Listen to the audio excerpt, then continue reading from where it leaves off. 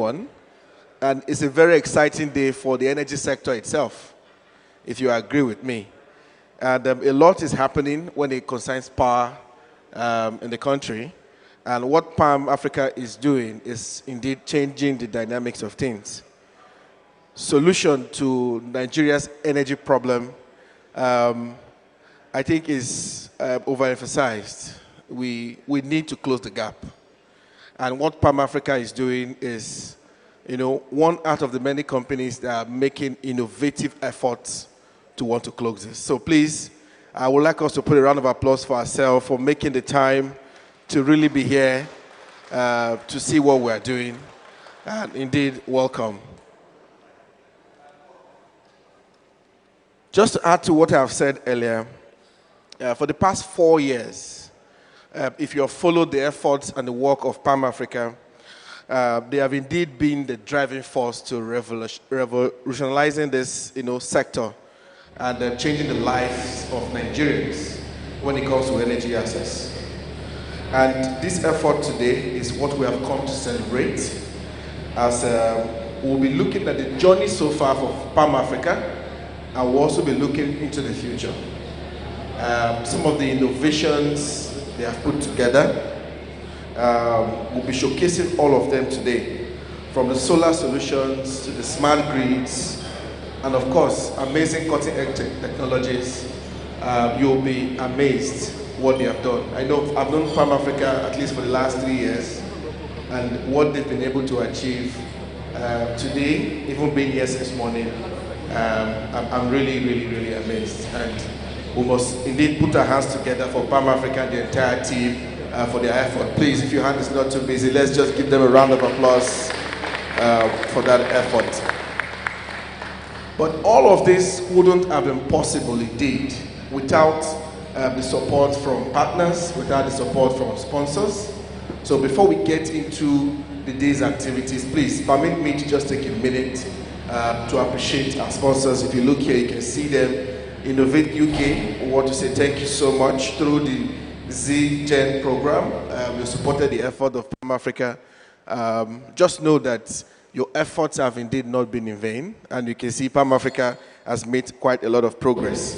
EDP, through the Access to Energy Fund, we want to say sincerely thank you so much for your continuous support to Palm Africa. AFD, through the Digital Energy Facility, thank you so much.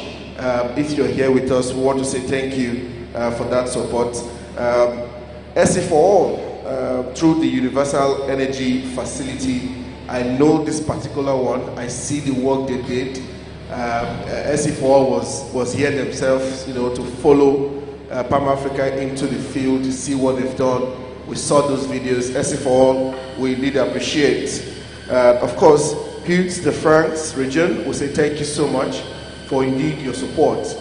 Palm Africa has grown in the last 4 years, and they've been able to grow and achieve a lot because of your support. If you know this sector very well, you know that part of the huge part of the problem is funding. How do we fund those projects? How do we put money where we can, of course, close the energy access gap? And without the support and funding, Palm Africa wouldn't have achieved much. But you won't hear these remarks properly from me because I may not be able to give you into details how much appreciation Palm Africa, feels for all the support, and of course, what today indeed means for the sector and not just Palm Africa. So, ladies and gentlemen, I would like to invite the founder, CEO, Palm Africa, to give us his opening remarks and, of course, go into his keynote address to talk to us. Please, a round of applause for him as he comes forward. Well done. Thank you, Wisdom. That was very good and really appreciated. So, just a brief history. Wisdom and I used to actually work in the same building 3 years ago when we couldn't actually get an office space. And the company that he worked for at the time, Olon, hosted us and actually had a couple of decks that we could actually have our staff at the beginning stage of our company. So, and also Wisdom had me on the Nigerian FM radio, where we talked about our business, and we actually had a lot of progress from that. So thank you very much, Wisdom. a long friend of mine and really a narrator in the energy access space in Nigeria. So thank you, everyone. Thank you, ladies and gentlemen. Thank you for coming today to the PAM Center. Here is where we work, but today we made it where we have fun, right? So we're going to have a bit of fun today. There's going to be drinks, food later on. Feel free to ask any questions that you need to know about us as PAM. The PAM team are here to support you. They're in the black T-shirts and they're very excited to showcase their innovations and projects they've been working on. So you'll be hearing a lot more about them. Just a brief background of myself. I actually started in the renewable energy space, solar energy space, at the age of 11. So that's myself and my dad. He's somewhere in this room. I think he's sitting down upstairs there watching everyone. But he's probably one of the... yeah, please give a round of applause to him, please. Thank you. So he's, I would say, probably one of the pioneers of the solar energy space in Nigeria. This was over 2 decades ago. This picture was taken. We were building solar energy projects for rural communities. Last 4 years, during COVID, I took the plunge and left London to Lagos to set up PAM, and with the idea that we want to be the forefront of innovation for providing people access to energy.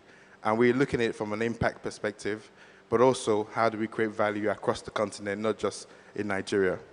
And just a bit of more context in terms of where do we see ourselves going. We value partnerships, and that's why in this room, a lot of our partners are here, but also people who have interest in this space, and we're so grateful for you to be here today. But I'll give you a bit more context to the lay of the land in Lagos and also Nigeria. What are some of the learnings that we've seen over the last couple of years? What are some of the mistakes we've made? But also, what are some of the successes that we've had? But the team also will probably provide much more detail later on. So we have a single enemy. I call it a single enemy, which is generators. And if you've probably been in Nigeria in the last couple of days, some of you who've come from far, you probably hear a lot of generator sounds going on. The fumes, it's very obvious that this is a big problem. And it's a problem that everyone faces. But not only that, from a cost perspective as well, the price to operate these generators are skyrocketing every day. And there's a lot of challenges around that, and we need to solve that and try to remove or reduce the amount of generators that we use. So a bit of context on Lagos. This is a report that was recently launched this month from the Sustainable Energy for All that looked at generator gensets in Lagos, and they actually quantified the problem, and specifically to Lagos. And there's really about 4.4 million generators in Lagos. So it's a lot of generators in a small city. What's quite interesting is majority of the generators are in the residential sector, but in terms of capacity of the generators, there's more capacity in the commercial sector, right? So that's something that I found very interesting. Diesel being huge in the commercial sector, while petrol being a huge part in the residential sector. So we know the problem. We need to really try to work on that. Okay. But there's progress. I call this, we're actually having a hockey stick moment in Nigeria. And what I mean by that is we've been having a gradual increase in the amount of solar energy that we are seeing in Nigeria. As of now, our majority of our energy mix is between gas, petrol and diesel generators, and also solar. But we're seeing it if we actually stick to the Nigerian Energy Transition Plan, which aims to, by 2050, hopefully, we wouldn't be able to see any more diesel and petrol generators. Now, they say, man plans and God happens, and I really hope that we get to that point where there's much more solar and gas than generators. And obviously, Nigeria is looking at gas as a transition fuel. So there will still be a component of gas within our network, but hopefully, they'll get to a point that we could also transition from that as well. But it's not all fairy tales and it's not all interesting. Let's be practical. In certain part of the industry, there is the juice is not worth the squeeze, right? So there are sectors that a lot of investment has gone into, but not much value has come out of it. And we should all be aware of that when we're thinking about our projects, when we're thinking about our innovations. So when we look at how we think about things in PAM, we think about it across these 6 segments. So down from the grid, which is the national grid that we have, all the way down to the rural domestic customers. And the value proposition across all 6 sectors are interesting to us, but also, like I said, not all of them is worth squeeze. So we're going to see a lot more consolidation happening, a lot more support where players who are in the areas of higher value would provide support to the areas in lower value. And hopefully that value changes to something like this in the future, where that is evenly spread across the access value chain. But also another thing is that we're thinking about the industry as a tree with different branches. Branches in terms of assets class, branches in terms of business models, and we really have to think about it from a whole system perspective in terms of how we're driving it. And actually we have a project where we applied such whole system approaches that actually enabled energy access to be better in certain regions. So when we look at, briefly, just looking at the different asset classes that are in our space, it's quite interesting that some asset classes have better utilization, some asset classes have lower cost or levelized cost of energy. And what you're seeing is that hopefully we want to get to a point. I know one of the biggest challenges of those who are operating in the mini-grid space is low utilization. Right? So we want to get to the point where we're getting high utilization and at a reduced cost. And I think that's a sweet spot for us when we're thinking about innovation in this space. We have a project that we've worked on, and the team will talk a little bit more. It's called a Net Zero Village, called an NZV, and takes a whole system approach thinking to energy access. And we definitely feel that that project would be, or a similar approach and methods are going to be what would lead to those higher utilization and lower cost model. But research is important, and as PAM, we start everything from a research perspective. So a lot of people who probably have an idea, or a lot of businesses have ideas, they go ahead and deliver, but haven't spent much time in research. Understanding the customer, understanding data, using this data to derive solutions and services or new business models. So it's important that we actually take a research-led approach to energy access. It's quite important. So we've looked at some of the, top 10 challenges that we've seen ourselves as a business, but also we've asked other companies who we work with to see what are some of the biggest problems that you actually face within the sector. So I wouldn't go through all 10 of them, but the top 3 at the moment that we're seeing, obviously I talked about research initially. Having a better granular understanding of the customer is very important. But not only that, also the cost of energy storage. Storage seems to be a very huge component of our solutions. And also we're finding ways to reduce that cost. It could be operational strategies, but it could also be technical innovation. And also we're seeing new technologies that are coming in to support that activity. But also understanding the local lay of the land is also very important. One of the biggest challenges that we've faced running a business in this sector is also the currency volatility. So if you're running a service-based model, or you're offering energy as a service, for example, your cost is also localized in obviously the local currency, Naira, and obviously that changes to the dollar or pound. uh, very frequently. So we need to also be aware of those and figure out strategies that can allow us to mitigate those risks. And also there's a couple of other ones, the ability of skilled staffs, uh, reliance on imports. So we do import a lot of products.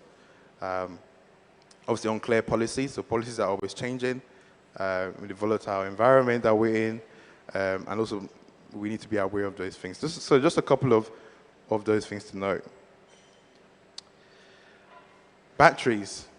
I specifically wanted to touch up on the batteries because when we started PAM initially, we wanted to focus solely on batteries because we knew it was one of the biggest challenges. But then the amount of technology available, the skill set to work on this technology, we had to work and train our staff members over the last 4 years. So this is actually the first time we've actually opened the doors to our establishment to see what we're working on. So you hear a lot more about what we're thinking about, how we're thinking about batteries, and what we're working around that. But we're also seeing new innovations come into space that hopefully should make it cheaper. Some likes of like sodium-ion batteries, possibly second life batteries in Africa, possibly. I think these different innovations are actually quite important and key. But also how you think about how you deploy storage. Are you thinking about service-based models? Is your business model more intelligent enough that can reduce the cost of your batteries? It's quite important. So just to give you a bit more context, averagely on our projects, about 33% of the cost, sorry, 43% of the cost is from the batteries alone. So that is something that we have to look at and try to solve. But not only that, we're also seeing the cost of batteries reduce significantly over the last couple of years. We had a little bit of a blip in 2022 because of the chip shortage, but we've seen that continually decline. And this shows good progress. And well, this is specifically for lithium-ion batteries. I'm not sure about other cells at the moment, but this shows good progress with the state of the art of the technology right now. And it's something that we should also consider. But last but not least, I'm just going to talk about some other things that we've learned by deploying systems in Nigeria. And I think Alice will talk about the numbers of the type of systems that we've done after I speak. But one of the most important things that we've learned is how do you operate these systems, the operation and maintenance of these systems. What is your operational strategies?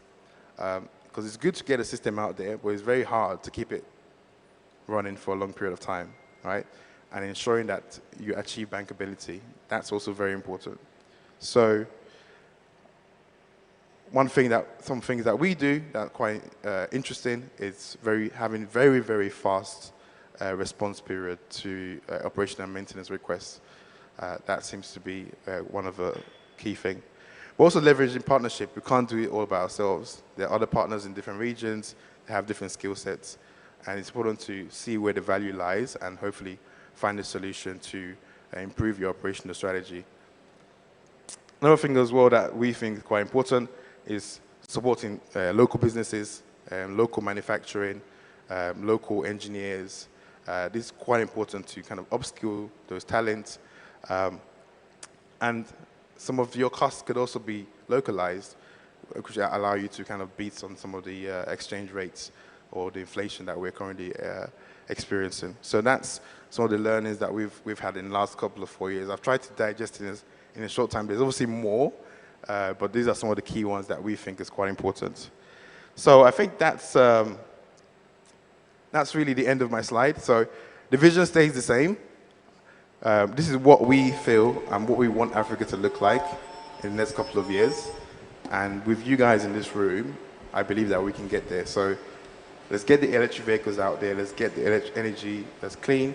Let's get it distributed to everyone so that more innovations that needs to be fed on this bed can come to life. Thank you very much.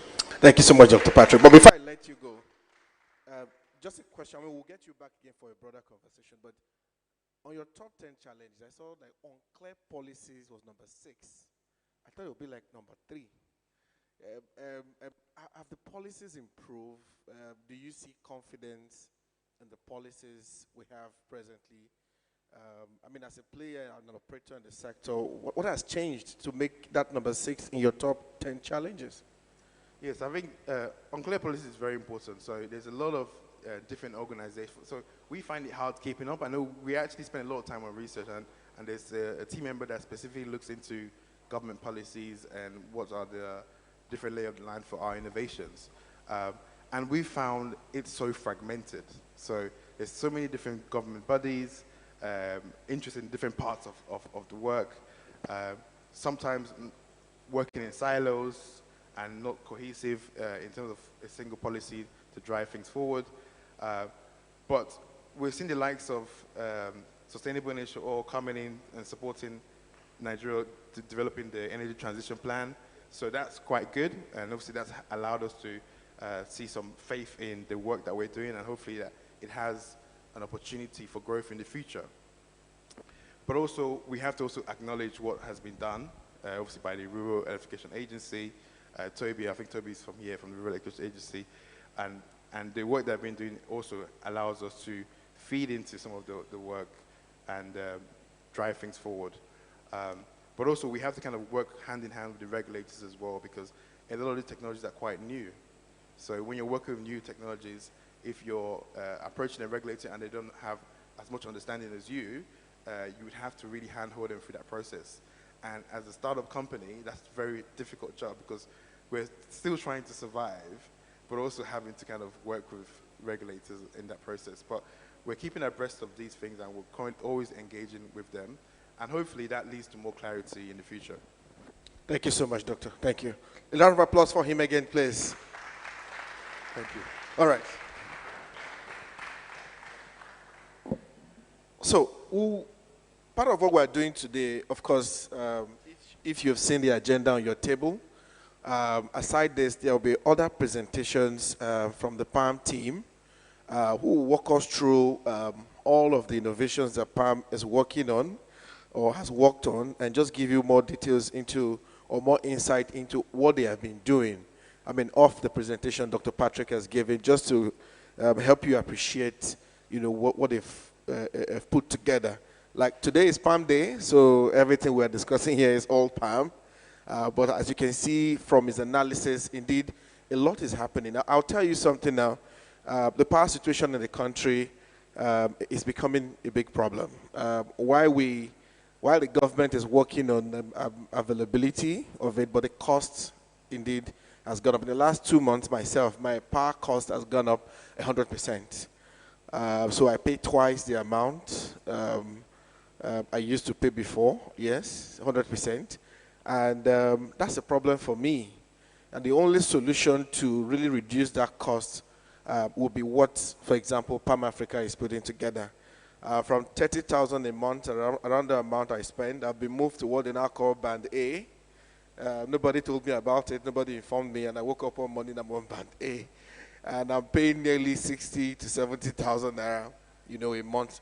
That's a lot. And maybe I can afford it, but there are people below the food chain who can't. And some of these solutions Palm Africa is working on is what we come in between to help reduce that cost. For example, when you talk about the so-called, box, you will see that a lot of benefit lies there when you even go into the market, because if the cost of power is high, the cost of the product is really going to be a big problem for us. So if we need to reduce that cost, we need to make power not just available, but affordable. So what comes in between, indeed, I think is where we need to really watch. And that's why I must commend the work Palm Africa is doing to really bridge that gap, and thank you so much.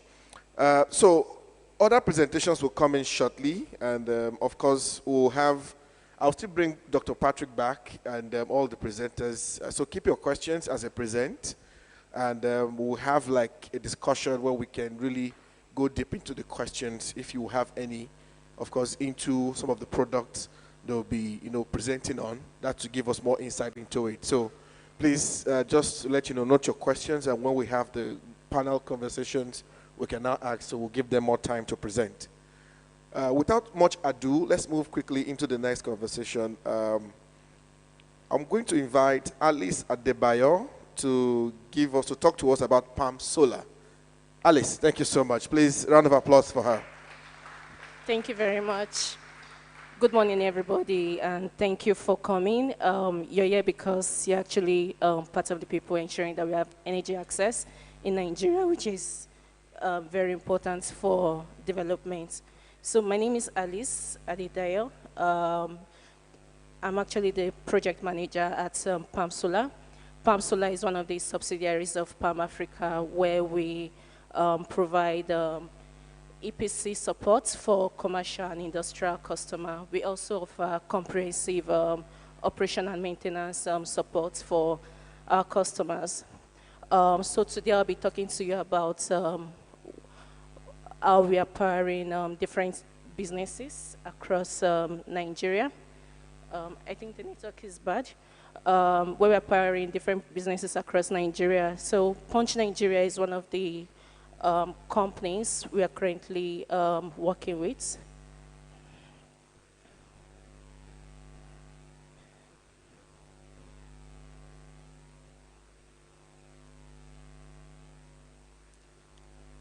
Okay, while the video is trying to play, I'll just move ahead. So Punch Nigeria is one of the companies we're working with. When they came to us, they had issues around reliability and costs.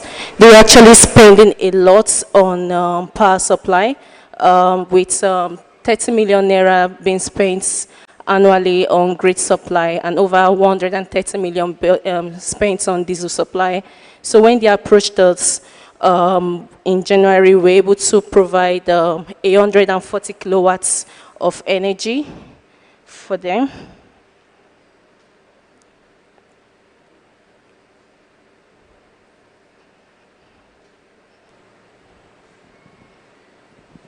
I think you need to expand the slide. Who is controlling it? Please, I need someone to... Okay, I'll just move ahead. So we were able to deploy 140 kilowatts of energy to Punch Nigeria newspaper and 69 kilowatts hour of battery storage. As you all know, Punch Nigeria is actually one of the widest read newspaper companies in Nigeria. And this is not just the projects we have in our portfolio. So far, we've been able to deploy over 1.2 megawatts projects with more projects in the pipeline. And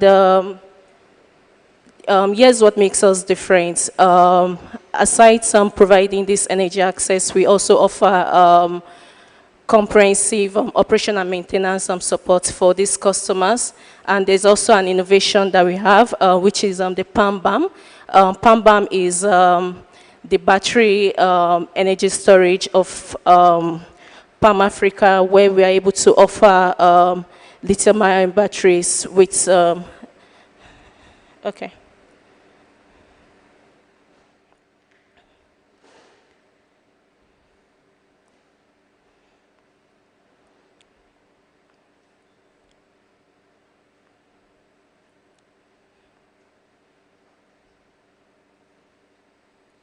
Okay, so this is PAM-BAM. So we have the local battery expertise where we assemble these batteries locally.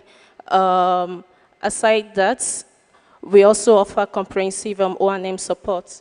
So we have 101 megawatts of projects in our portfolio that will be deploying in Kano State. We'll be partnering with the Kano Electricity Distribution Company to deploy this solution to about 40 rice millers in Kano State. I'm currently, we are raising money for the project, and by January, we hope to deploy this solution. So this solution is very unique, ensure that over 1,000 carbon dioxide will be emitted. And also, aside the energy access, it's also ensure that these users are actually, we also ensure that these users actually, apologies. We also ensure that these users have not just reliable energy, but also productive use of energy, meaning they'll be able to earn more by having this reliable power supply. Please, I welcome you today to actually join us as we provide energy power supply, not just in Nigeria, but Africa as a whole. you can feel free to check our website and to get more information about Palm Solar. Thank you. Thank you so much. All right, thank you, Alice. Palm Solar is the section of Palm Africa. Of course, they provide EPC and OME service, as she has just explained, and all the work they've been doing. We'll get into more conversation, really, into that in a bit as we talk more around what they are doing around Palm Solar. But you know, the work they are also doing is very important. There are just a few solar companies with the right expertise, really, to deliver the right kind of solar service, especially to homes and companies. And you know, when you hear Dr. Patrick talk about what they have been doing with Palm Solar, I'm sure you will even get a broader perspective on this. I mean, I've discussed this with him a few times, even on radio, live radio, and you can see the passion in him for the work Palm Solar is doing. But we'll get into that in a bit. I would like to invite next, if I'm correct, yes, Dr. Ife Wole Osho to talk to us about Palm AI. This is the interesting part, so please listen attentively. Palm AI. Thank you so much. Thank you, everybody. It's really exciting to see all these lovely faces this morning. My name, as introduced, is Dr. Ife Wole. I also have background with energy systems and artificial intelligence. So,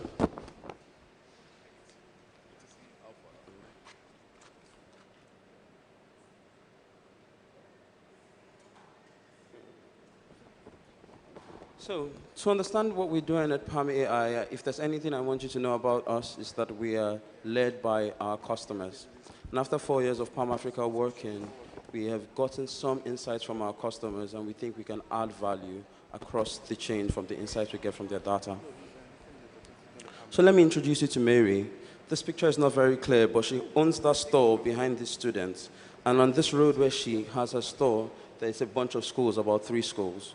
And what we notice from her data, this is her data, this is how much she has in her wallet against the days of the week. Sorry that the image is not clear. But we can see that at this point, there are points when she has to be cut out of the service because she can't afford. We find out that it coincides with the times in which the students are not in session. So when students are not in session in December and in February and in April and in the summer periods, she doesn't have enough money to pay, so she struggles to pay. And then when students are in session, her wallet balances go up, she can pay a lot of money. And then we found that very interesting. And this is somebody that has almost a paradoxical problem. He has his store near a nightclub, and most of his activity happens at night. But the way he consumes the power, he consumes it such that by the time he really needs it, all his batteries are dead. So he still has to run his diesel generators between the periods of 1 o'clock to almost 4 a.m. in the morning when he has his peak consumption values. And so we found that interesting as well from his insights. What we know is that ultimately these losses affect the entire system because we can't optimize payback period on our systems. We can't really charge, because if you cut somebody off for a period of a full month, that's a whole month losses in revenue and the wasted quarter of the system. We will not optimize how much we will make in the period quarter of the system. We will not optimize how much we will make in the periods in which she was supposed to be cut off, but at least we get money off it, and we ultimately improve our utilization of the system. And for Ali, in his case, what we do is that we make it very expensive for him to use energy in the afternoon, because we know he really needs it at night, and so we cost him a lot more in the afternoon. And so we kind of control his behavior, so he doesn't use as much energy. And so he barely makes it. He still needs about an hour, but he barely makes it, and at least we know we've saved about 4 hours, of which he would have had to be joining his generator. And ultimately, you can see that the losses have moved up, and we are utilizing as much more on most of the systems than we would have actually done. And so, just to tell you the entire benefits, we provide benefits across the value chain to the utilities and as well to the individual users. To the utility companies, we give them the ability to dynamically price on an hourly basis their energy to optimize for their different users. We will then have them generate a credit report that they can use to provide credit facility for their users.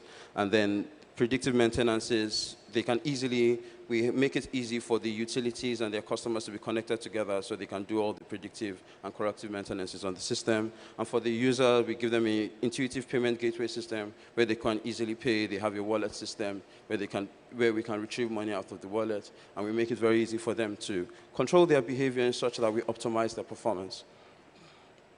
And well, for some of us who are technical about these things, we are using a long-term, short-term memory model, a recurrent neural network. Right now, we have trained it with over 700,000 data points. The entire list, the more people we sign up or increase the data points, the model keeps training itself, and we hopefully will have a much, if we do this time next year, we'll have a more accurate system that is pricing, and you will see better results. And so what we've seen is that we've been able to save on the annualized cost of the individual users about 19%. We couldn't save much more because we have to price we have to get money back to ourselves, but we save about 19%. We can save about 4 hours of fuel burn on systems like Ali systems, and ultimately we cost the wasted energy on the system by about 50%. So what we're looking for, we're launching to the market with some of our Palm customers, and we've started piloting our products. We're trying to find all kinds of partners, from just regular developers to investors to people who share our vision and want to proceed with a system like this. And we're continuing innovating. We're building the app to be more, we get information from the users as to what they want, and then we try to inculcate the technology into the product. Thank you very much. Thank you so much. Thank you. No, Mike. Okay. You just took us through an entire innovation. That was too fast. All right. I think we'll go into the conversations now. Can we have someone just help us, keep the seats so that we can go into it real quick? I think I need to ask more questions to our last presenter on AI. We know how AI is really changing the face of the sector, not just energy, but virtually every other sector. And I think this is really an innovative one that we should learn more. So I would like to invite Dr. Patrick. Please join us again. Dr. Ife, please also join us. And Alice, if you can also join us, let's get into this. Okay, let's get into this conversation. Yeah, one more seat for Alice so that this is where we get to ask all the questions. Can we get some mics for them also? Let's get 2 mics. While we are getting that, I think I will just start my question with Dr. Patrick. What has changed for you when Palm Africa started and now, in how you have remodeled the business, in the sector itself? What has changed that has continued to give you a driving force? No, it's good. Thank you, Wisdom, for that question. A lot has changed. And I think when you asked the question, I was thinking about what has actually changed, right? But I would say that first thing, so initially when I started PAM, I wasn't aware about how volatile Nigeria is as a country, right? So the goal for me was, let's electrify as much people as possible. It was a very simple goal. So we ended up going to some rural locations. We understood, we obviously went head first, understood the complexities there, understood the culture, how culture affects energy access as well. Then we also understand that it's also how much of the power is being used productively to whoever customer you're giving it to.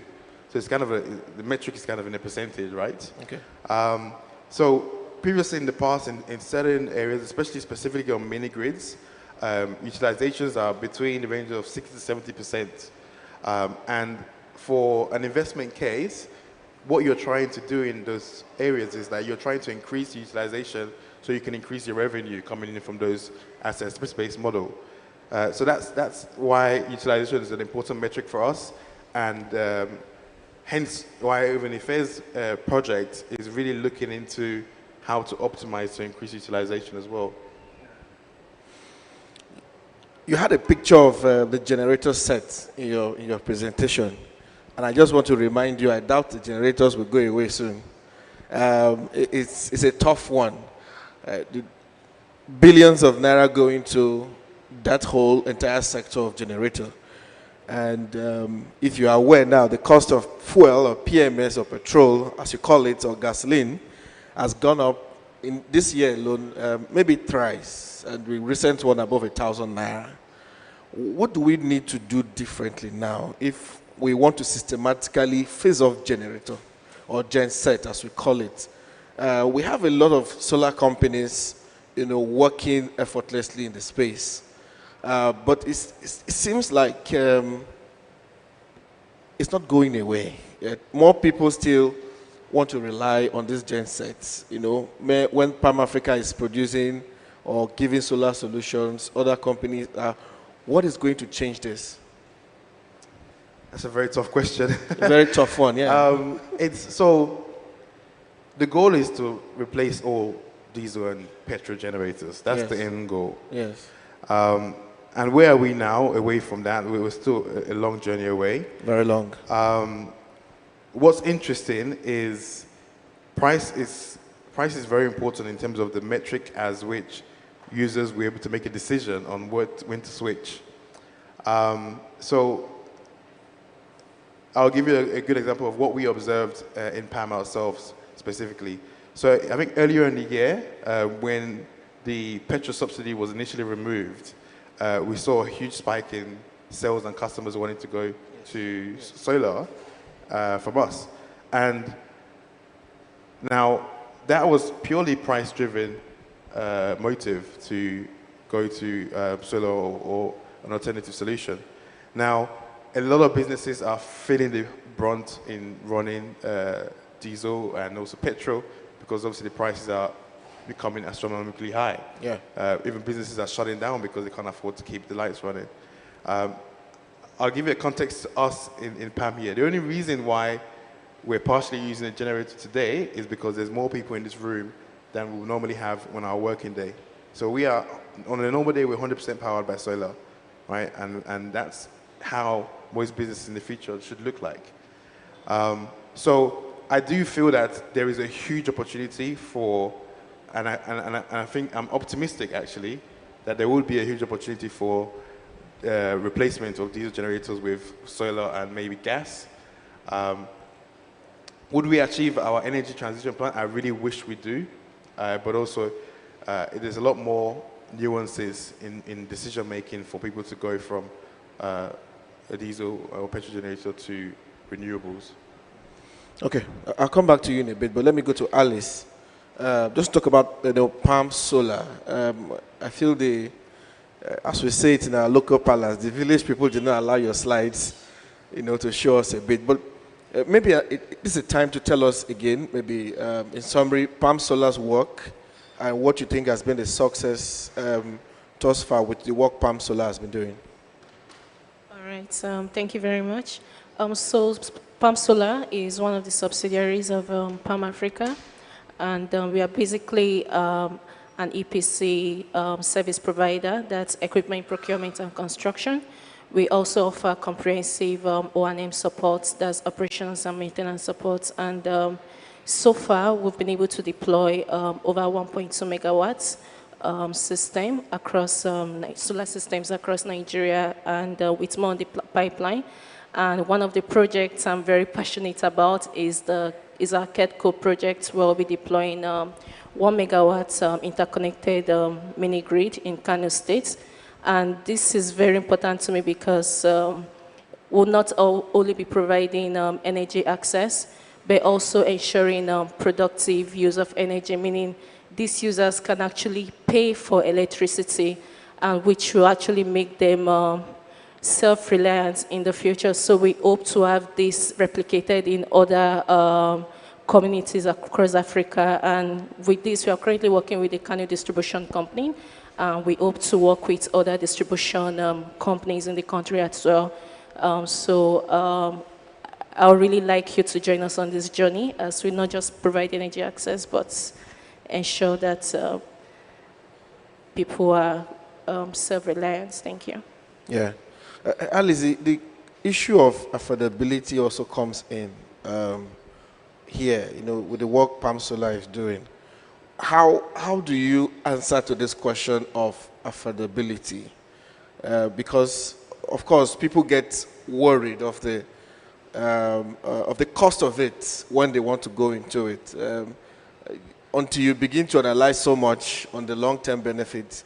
But what has been the strategy that has worked for you at Palm Solar on, simplifying the affordability conversation so people can really understand? Thank you. So I'll give you an instance. For example, one of our projects, Punch, where we deploy 140 kilowatts of projects, they had an issue around the costs when we wanted to deploy. But by the time we were able to show them the cost savings, because so far since we deployed the solution to them, they've been able to save over 50 million naira on energy, which is actually very good.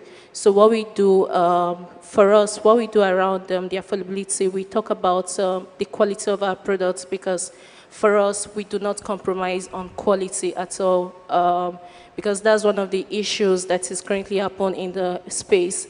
You find out that there are lots of solutions being deployed out there, and at the end, within 6 months to 12 months, it's no longer working.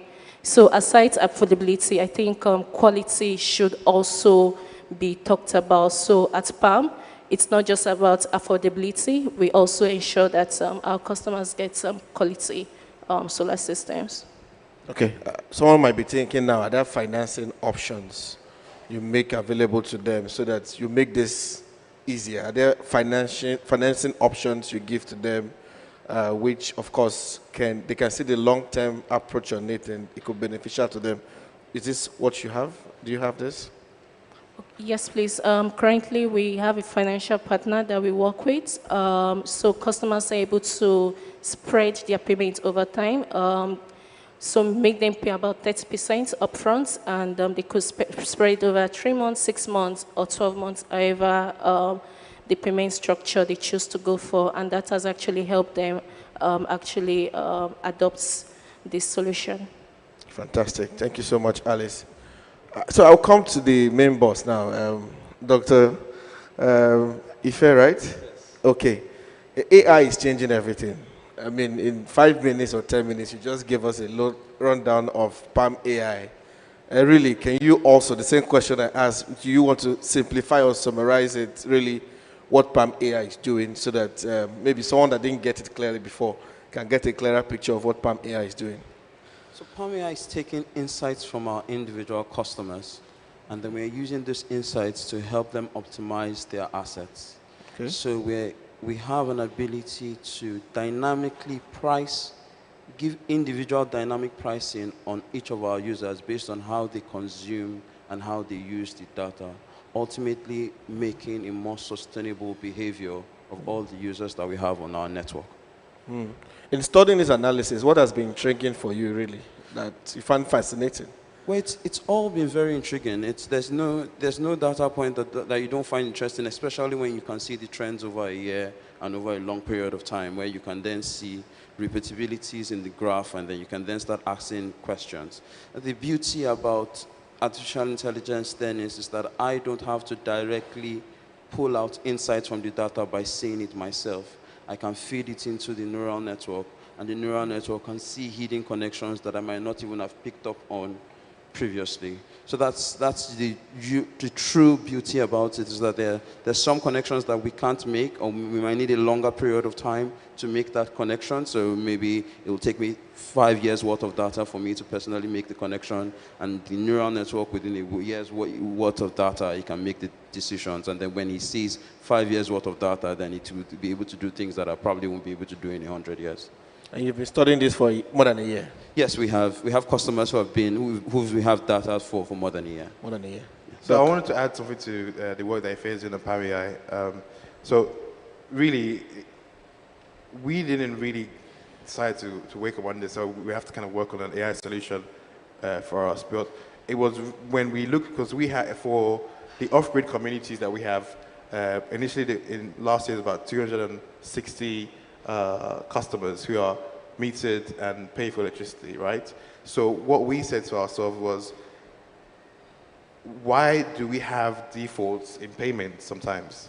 And that was literally the first question.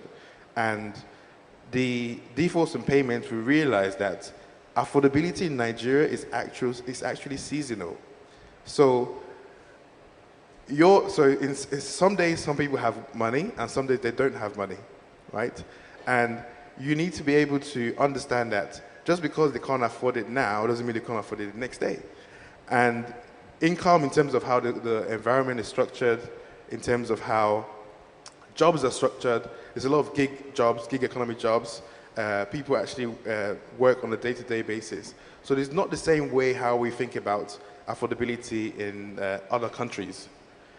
Now, so hence why Palm AI became interesting, because once you're able to understand some of the payment patterns, and the team gave the customers a couple of phone calls and realized that, oh, the interesting thing is, okay, you're going through a seasonal period of unaffordability. We'll call it T-Pain now. T-Pain, right? T-Pain. You're going through a T-Pain period. So what happens in that case? And should we turn off your electricity because you can't afford it now? It's like, what we're going to do is actually, the simple idea was to reduce the cost of the tariff at this period of time, but then you're not able to do that for every iteration, and then there's a huge data set you have to play with, and then that's where Ife's work comes into play. Fantastic. Ife, you talked about LSTM network. Yes. Yes. I want you to, broaden that. What does it mean? Well, there are different types of recurrent neural networks. So recurrent neural networks are the models that are used to build regenerative AIs, and there are different algorithms based on who is recommending it. And the beauty about the long-term, short-term memory type of network is that it's very cool for time series data. What we say time series data is data that is coming at a fixed time. So say, for instance, our data comes on an hourly basis, so we know what you consumed this hour, how much we charge this hour, so we have a time series data. And the idea is that it takes in all of the time series data and it puts weights to what it thinks is important against to what it thinks is not important. And that it's a good iterative process for time series data, and it can weigh, it gives a good weight to good long-term memory that I need to hold this for the long term, and then it gives some short weights to short-term memory and it needs to hold this for the short term. And it helps us with the best results on our time series data. So it's just a model for recurrent neural networks. Fantastic. Okay, I won't be the only one asking the questions. So let's turn to the room. Questions? Okay, please, can we get a mic here? Fantastic. Thank you very much. Can everybody hear me? Perfect. Yes, we can. Perfect. Dr. Patrick, Dr. Ife, and Alice, thank you for the fantastic work that you guys are doing. Sometimes you get sucked into these things and you're doing it every day, but you don't know the impact of what you're doing, so I appreciate that. I have a comment and a question. Of course, MC, thank you as well. Comment for Alice, question for Dr. Ife. Alice, regarding the financing for solar. So my name is Isiak Bolarinwa. I run a company called Anfani. We also do financing and brokerage. So I think there's opportunity there for us to do some collaborations as well. Question for you, Dr. Ife. Data for AI. As we all know, data is pretty much the fuel for AI. Data is the new oil, as they say. And I see that you have almost 1 million data points right now, which in itself is fantastic. Are you looking to partner with maybe some other institutions to increase your data points as well? Is that an option? And if it is or it isn't, how do you sort of verify the quality of the data as well? But yeah, so my question pretty much is about your data points. I know you mentioned next year you're looking to most likely at least double your data points, but just seeing where that comes in with what you're doing. Thank you very much. So in terms of quality of data, let's start with that first. The good news about the data we get is that we get it directly from source. So we're getting it from the inverter systems, and they're feeding us directly via the API, so we know exactly what you're consuming, and we know the tariff rates. And so then we installed, so for our primary, we consider our business model currently B2B2C. So our currently present model is the utilities. So we give the utilities access to the system. They onboard their mesh grids, they onboard their individual assets, and then we give them the ability to play with their dynamic tariffs. We give them the AI options of what kind of optimizations they want to make. So right now we have 3 models. So our first model is the fuel dependency model that allows you change on an hourly basis to optimize for how much is left in your battery so that you can save it and have a 24-hour running system. We have a seasonal affordability model. That's the one that looks long-term over the year and sees, okay, is there any trends that we can optimize for such that you're never cut off the system throughout the year. And then so with these models that we have been able to build, the idea is to keep building and innovating on these models and getting them better and better. So yes, in terms of data points, the more we onboard people, the more data points we have access to, and then the more we improve on this, the more it trains. So it's, at this point now, we want to be doing new neurons, maybe every 3 months, every 6 months. In our minds, we're competing with ChatGPT. So when they put out a model, we want to put out a competing model. Okay, you had a question on financing? Comment. Yes, it was a comment on the question which you asked, really. It's an issue. Financing is generally an issue. And yes. So we do some sort of financing and brokerage as well. So, okay. I mean, I think it's a post-panel conversation with the team. Okay. Offline conversation. Thank you. Look forward to partnering with you. Absolutely. Thank you. All right. Any other questions, please? Okay. Hi, good morning. My name is Isaiah Saibu from Wave Insight. I have a question around what you mentioned. So thank you everybody for the presentation as well. That was very insightful. So Dr. Patrick, you mentioned something around similar to what he mentioned about finance, and you said it was a long-term play with regards to the overall strategy. What is the biggest stumbling block at the moment with regards to financing and getting money from investors in general with regards to that long-term play? Because I know you mentioned in terms of finance, you have some options, 3 months, 6 months, 12 months. It might work for some people need longer. What is the overall sort of stumbling block on that? So I like that question, and I'm going to pick this up as both, from a parent perspective, both as an investor in our subsidiaries who have longer-based models, but also initially when we were looking to develop projects and also speaking to investors and some of the challenges that we face around it. So it's always, I mean, when you're developing projects, it's very difficult for the developer to actually put on the lenses of the investor because you're very passionate about the project, you want to see it happen, you're blinded by the risks sometimes. So it's a challenge for them.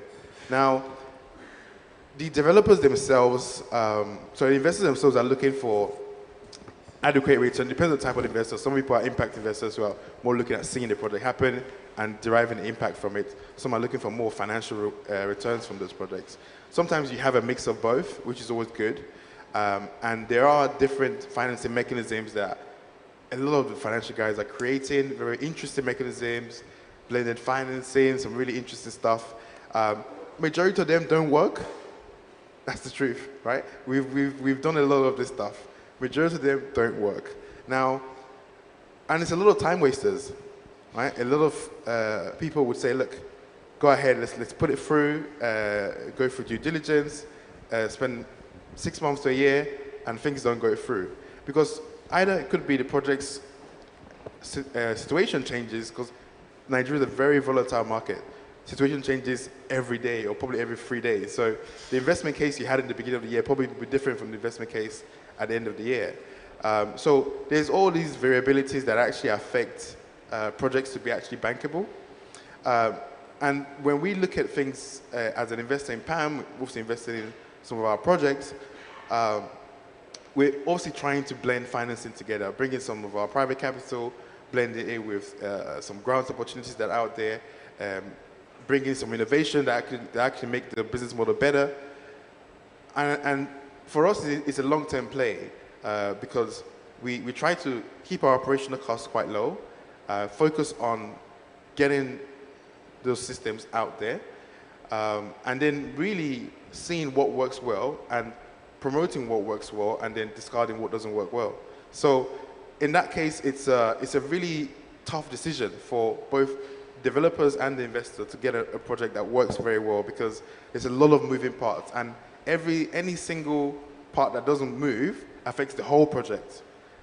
So it's really a complex challenge getting these projects to live. Thank you so much, Doctor. Any other question? Well, first of all, thank you very much for hosting us here. It's great to see a new success story. A lot of great energy and so forth. I had a question about pricing. I think the AI initiative that you have is fascinating. I mean, my observation has been over the last few years that in Nigeria, the key is the price. It's not about being green. It's about being, actually cost effective. So when you're pricing your energy at the moment, what kind of kilowatt hour prices are you getting to? I mean, I know you have different technologies and different and so forth, but it would be just interesting to see with fuel now at 1,000 naira a liter, you're probably getting like 3 kilowatt hours out of that liter of fuel. How competitive do you think that your different technology platforms are on a kilowatt hour price basis? Thanks. Okay. We didn't get your name and company? Sorry? Your name and company. Oh, sorry. Christopher Lawson from Gamma Mayon. All right. So the question? Doctor, you want to I answer? think when it comes to pricing tariffs and stuff, I think Ife works with PAMI, so he probably have a better clue around. I have an idea, but I think he probably have more granular detail. So the truth is we have gone all the way from 500 naira kilowatt hour to 2,700 naira kilowatt hour in range. So we've tried, so let's start off at the start of the project, it was just a flat rate, 1,000 naira. And then we wanted to see how, it was like a controlled experiment to see who affords what, how does it go. And we did that for a while. And then we now said, okay, for all the guys who get cut, so if we have to cut you off, so there were a couple of times we had to cut people off, we will, in those periods, let's weight it for 500 naira per kilowatt hour. And then go up on other costs when we think you can afford it to 2,000. So the truth is we have been training the models and we've been getting some pushback. So you have to sign up to be on board. We tell you that it's going to be cheaper. You give us your data. We have to do those due diligence with the customers. But ultimately, we are training the models that it is not yet as competitive as what the fuel prices are. But that is the goal. We know what the fuel prices are. So in part of our model, what the local price of energy goes into it on a day-to-day basis. So what am I going to, so say for instance, in the last 2 weeks now, our fuel prices have changed. We were buying 800, now it's 990. So that goes into the model now, so we know what, so it's a continuously innovative model, and the target for the neural network is such that it becomes cheaper than the current alternatives. To say we've achieved that goal is not true, but we're hoping that we're going to get there as we continue on the product. Okay, question here, please. Hi, thank you very much for hosting us. My name is Dr. Oladimeji Olawale. I think I've spoken to Patrick in the past from the UK. I have a question around AI. Because in the UK, currently, we're talking about, and also from the research and development side, we're talking about a black box paradigm, or paradox. So I was wondering, how are you sort of ensuring that what your AI is getting out is being communicated transparently to the clients? Well, you know that is like a very difficult technical question, because it is, I can't say, to be honest, at the moment we are now, in my experience, in building the model, you figure out what the model does, then you now try to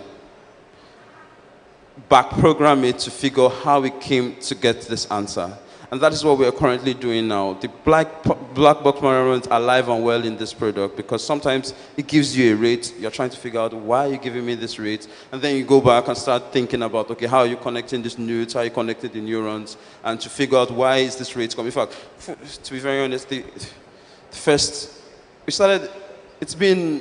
knows how rocky it has been. The models just keep. But we've, at least over the last 3 months, we've improved more drastically. But to be very honest, the black box model, the black box model is still a problem. We are backtracking it. We'll get the answer, we'll reverse track it, and hopefully we can come up with a. It's across the board. Max, everybody's trying to figure. If I figure out that problem, I'll not be here. This will be a different company. I think I want to add to your first point about how do you communicate that with the customer. I think that's very important. So at the moment, there's two methods that we're applying. One is obviously through text message, where the customer is able to kind of respond to by getting like a day ahead or a week ahead pricing to show different periods of we are looking at as well. Okay, more questions? All right. I'm James Coombs O'Brien from Innovate UK. Being from Innovate UK, clearly interested in innovation. So I'm interested to get from each member of the panel what innovation is exciting you the most looking forward, say, over the next 5 years. What are you really keeping an eye on, or maybe even looking at yourself and thinking, that's going to be huge? You took that question off me. So over to you guys. Well, I'm really interested in how nanoparticles are affecting the material efficiencies of panels. I think that if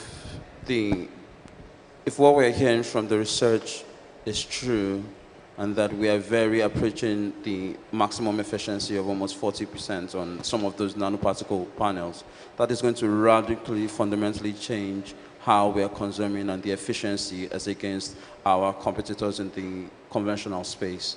And I really think that that is going to be a radical, because the research is really interesting as to how they're putting it together.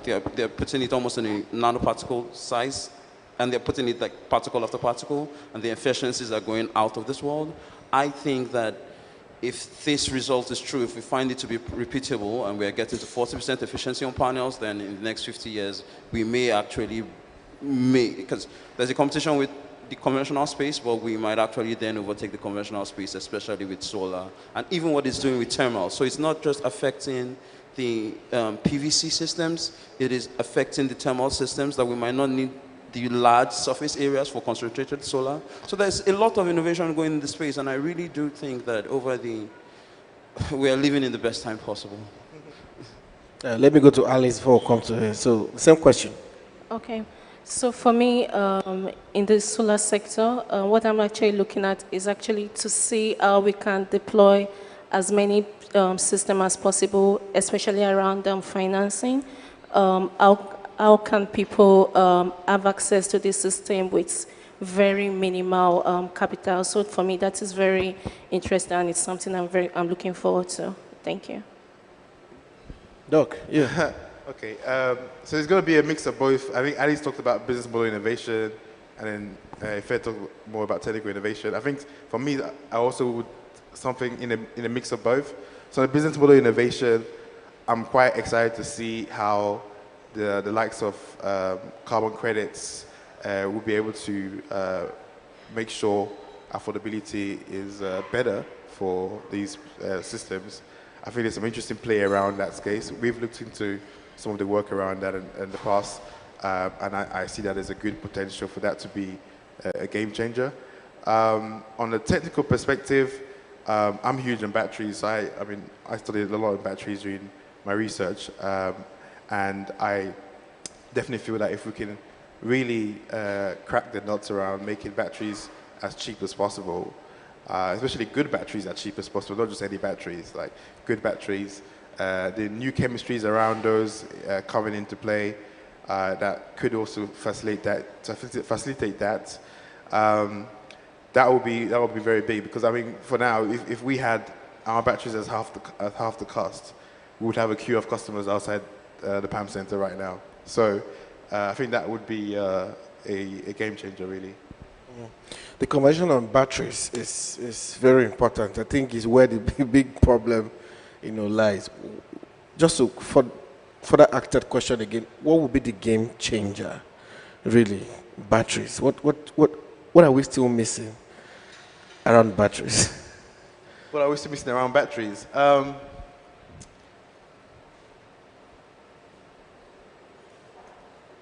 Okay, so what I would say, and it's a very, very tough question because there's so many layers to the battery problem. It could be how you optimize the battery, how you use the battery. It could be how the chemistries of the battery itself, how long they last, what kind of power capacity can be fed into the batteries, and how fast they can discharge and charge the batteries as well. So it's a complex problem. But I would say specifically around the new chemistries that are coming out around battery technology that could potentially reduce the cost of the actual storage system. I think that's where I feel lies in. I know a lot of people have conversations. I mean, I'll give specific examples and say, oh, sodium ion is the next technology to look into, or people say flow batteries are the next one to look into, or people say iron ore batteries are the one. Technologies that are actually not yet cheaper than lithium-ion systems. I wrote a piece 2 years ago around the battery energy storage demand in Africa, and that's one of the things that I highlighted was it's great to have these innovations coming, and we'll keep working on it. But as PAM, we don't really work on innovation that will take 10 or 15 years to get to market. We're literally building these systems right now and putting it right in front of the customers in less than a year, and just to see what happens. Now, it might not be the best technology out at the time, but the learnings that we'll make in that period can probably inform partners or whoever it is who are interested in actually making this a better technology. Do you see a future where we eliminate batteries completely? Sorry, repeat that question? Do you see a future where we eliminate batteries completely from the mix of all of this? It's a very tough question. I don't know. So, a future where we mainly rely on solar and wind, which is, in terms of from a generation perspective, it's inevitable that batteries will have to be a component of that system. Okay. Questions? All right, please. Can we get the mic to him? What is the current state of grid-scale energy storage systems in Nigeria? And is that going to compete with the consumer-led energy solution? In a lot of countries where we see grid is not capable of, the load, they are installing grid-scale energy storage systems using combination of technologies. And at the same time, we have consumer-led domestic commercial energy storage systems coming in the market. And they both tend to compete until the point you have demand-supply equilibrium. So what is the state of grid-scale energy storage systems in Nigeria so far? Yeah. Okay. Yeah, my name is Babu from Think Clock Battery Labs. Okay, thank you. Thank you very much. Thank you very much. So currently, it's domestic-led. Most of our installations are domestic-led, but we really do think that grid scale is going to scale up, especially now where we now have new regulations in the sector. So the NERC is trying to, they say from October 22, they are moving it down to the states for the regulatory and for the tariffs. And the states have every incentive, I was still on the call with them last week, have every incentives to support grid-scaled renewable energy systems. They are very interested in having our technology. So we believe, because now that we've decentralized pricing to the state level, it is going to ultimately, in fact, in many of their models, they're already accounting for our loans, for our incentive structures, for the cost of land, and it's all factored into the tariffs, and they buy it from us at that scale. So we assume that over the next 2-3 decades, we're going to keep growing exponentially, supplying at the state level and a decentralized level, and hopefully grid scale is going to scale what the individual commercial one-on-one assets are doing. Can I add to that? Is that okay? So I think, so let's look at globally the reasons why people deploy grid scale storage. Now, we're not talking about solar and storage, we're just talking about storage, right? So in the UK, for example, it's mainly used for flexibility services, ancillary services for the grid and so forth. Now, we have a lot of current infrastructure challenges that could solve, right?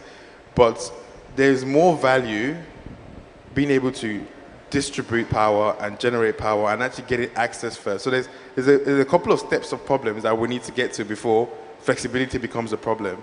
And hopefully, we're doing it at the same time while we're building this new infrastructure, right? So I definitely see, I haven't seen any case study from the work we've done of just storage deployed just for grid services. I haven't yet seen it yet. It might be out there, and please, if you have seen any, in Nigeria specifically, let me know. But I think now that, I mean, touched on the first point, now that the regulatory area is going towards the states, people might become more granular in their offerings. I think the distribution networks will also have to sit up and start thinking about other methods to make sure the grid is more reliable. But I still feel that the value proposition for grid scale storage alone is not strong enough yet for that to be done in Nigeria. Thank you so much. Any more questions? Any more questions? Okay. So before we wrap this up, I have one question for each of you, and I'll just start with Dr. Ife. You talked about pilot programs in your presentation. Do you want to tell us more about that? No, what I said, when I meant by pilot programs, we already piloted the program with Palm AI users. So Palm AI users already have a version of Palm Africa. Some Palm Solar users have a version, or SOCO users have a version of Palm AI that they are using in their systems that we're using to pilot the program. And then hopefully we'll get more users on board and get more data points to train our model, and that's what we mean. So we're in a pilot phase here. That's what we think, because all of our data points are internal. But by the time we start getting other utilities on board, then we will expand out. Okay. Alice, EPC and OME services, we know there's quite a lot of companies that are doing this. I don't know if you've gotten this question quite often, but if I were to ask you, what is so different about Palm's EPC and OME service that you think will continue to stand out as you deliver your service at Palm Solar? Okay, thank you very much. For us at Palm, one major challenge with EPC service provider is timing. For example, some companies just go to a site, deploy, and they move out. But for us at Palm Solar, we work with you all through the process. We don't just deploy and move out. We ensure that we continue working with you, and that's why we also have the O&M support, swift response within 24 hours. If there's any issue, we make sure that we address that issue. So for us, time is very key, and making sure we work with you all through. Thank you. All right, great. I'll come to Dr. Patrick now. Palm has attracted quite a lot of support and partnerships over time. What would you say is that thing, that keeps bringing more partners, and you still think we'll continue to see you work with even many more partners as you go? Yeah, so it could be luck. I think in life, we always underestimate how much luck plays into the work that we do. But also, I think it's the real answer, I would say, is the team, the work that they've put in, the amount of time they spend on research and innovation, and actually understanding the problem. Not just the general problem that you read in the reports, but actually going out there and speaking to the people, speaking to the customers, really getting to the granular point of understanding the problem. And I think when we always look at things from a different perspective, if you come here on a different day, you will think this is a madhouse, because there are people who are completely from different spheres and coming with a fresh perspective to the solution.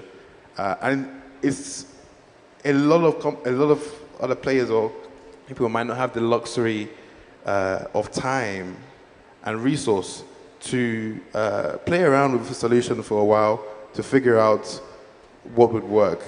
And over the years, we've been quite grateful for the time and resource to do that. So I think those are some of the things. But it's really the team, the people that work in PAM, the dedication, the belief and the vision that we can actually be the ones that are creating these innovations that potentially solve the energy access problem across the continent. Now, in one of your top 10 challenges you talked about in your slide, I saw talent, skilling, and staffing as part of it. How have you really handled this? If you want to just about what has been the game changer in trying to build a team? Do you still see a gap, a talent gap? And what are you doing differently with it? So I think, I mean, I don't think I should answer this question. I think my team should answer this question because I could say what I think it is, but it might not be true. I mean, it could be something else different to them. I think maybe you should ask them after. But one thing I do say is creating an environment, giving people the luxury of time, creative thinking, and resources, and let them actually be the ones that are coming to the table with the solutions rather than it being top-down. A lot of companies in Nigeria are very top-down led companies, and in those cases you stifle innovation, you stifle the ideas that actually would be the ones that actually take you to the level that you need to be. So I think creating that approach, and creating an approach where learning is encouraged. A couple of staff members in PAM has gone through Stanford University training on innovation and entrepreneurship. Others have done other courses that are actually increasing the level of intelligence to understand how to think about a problem, but also how to kind of derive innovation. What are the steps to innovation, working from like lower TRO levels to higher TRO systems, and how quick can you get innovation to the higher TRO? And also trusting your team as well. I know that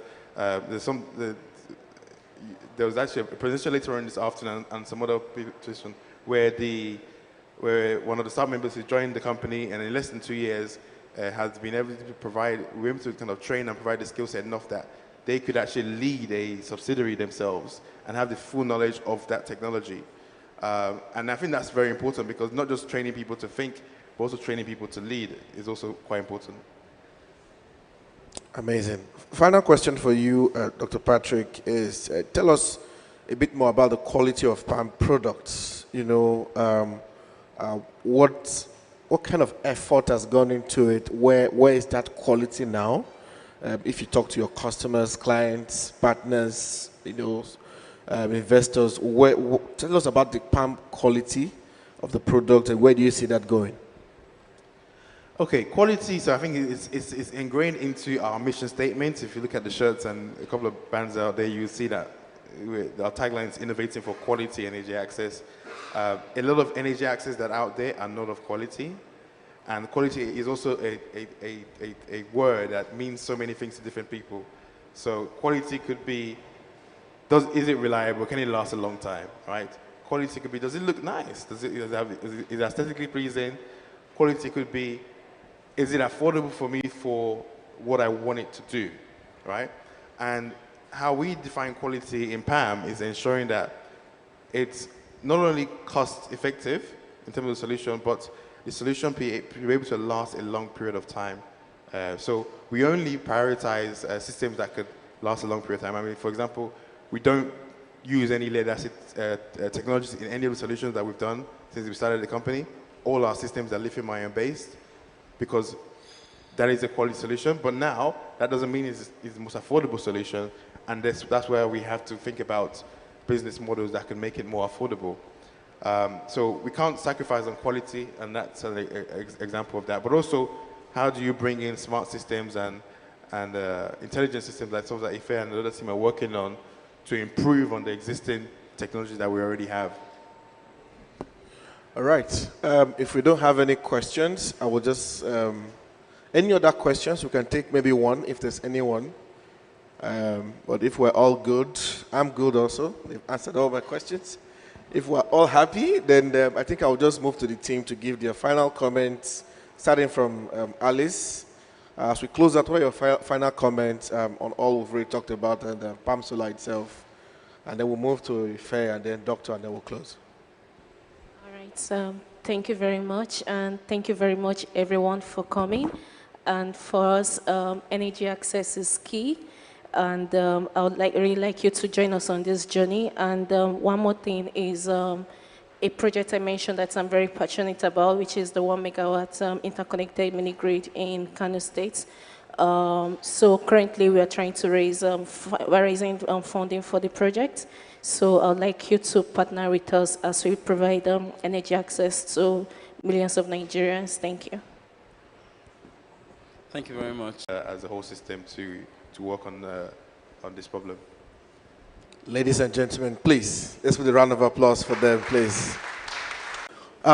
We would like to now, from all they have said, you can see if you look around, a lot is set up around this hall to really, tell you more about what they are working on. So we would like to now, spend the next couple of minutes to take a tour around some of this, so that we'll have some product insight with the exhibitions here. Just the teams are all positioned, to answer your many more questions. Let's practicalize some of what we've heard from the team in the session. The So Cool, the PAM BAM, NZV, and then the PAM AI. All the different teams are just, in the different locations. We can do well to move around. We'll spend the next couple of minutes while, we set up for lunch. After that, we'll move into lunch and we'll come back again for a few more sessions before we call it a day. So you move around the room for the exhibition. We particularly have a game at the So Cool box. Just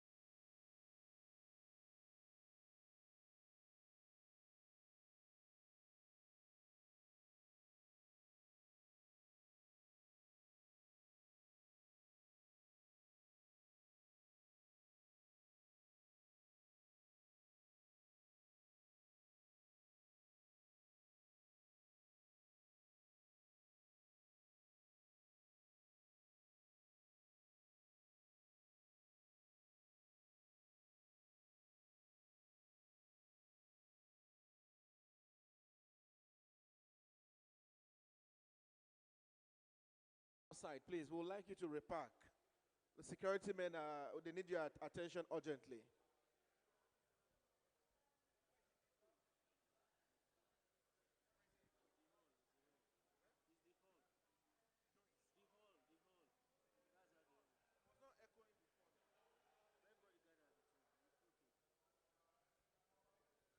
Please, can we come together, please? Thank you so much. Thank you, thank you, thank you. So that we can just conclude on the remaining sessions, please. Thank you so much. Can we have our seats back, please? Thank you. Thank you. All right. I hope you all had a great time. So please, if you are the owner of the RAV4 parked outside, we would like you, the security team would like you to kindly repark. They need your attention outside, please. Okay, thank you so much, and I hope you had a great time chatting, networking, and of course, learning more about Palm's work through the exhibition at the different booths. We want to go into the next sessions now, but before we do that, I need your attention on the screen, please. For the work Palm Africa has been doing, they have been nominated for a couple of awards, sort of to recognize their work and, of course, give them the recognitions they do deserve.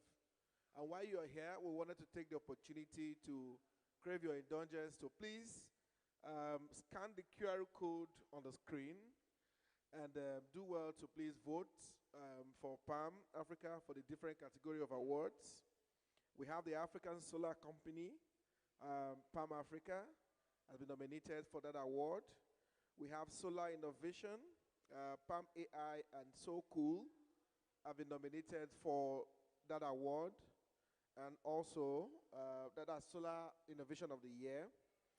And finally, we have Product Use Application Award have been nominated. So Cool has been nominated for that. And if you if you scan the QR code on the screen, you see a couple of them. Please, we crave your indulgence to kindly do well to vote for Palm Africa for the different categories of awards. Awards are very, very important, if you ask me. They are just a very fine way to really salute you for the work you're doing and to give you that recognition that, look, people are watching what you're doing and what your company is doing. And it's very important that since we have everyone in the room here, if you really recognize the work Palm Africa is doing, this, will not be that difficult for us to do. And we really appreciate your kind gesture to give us your votes for the different categories.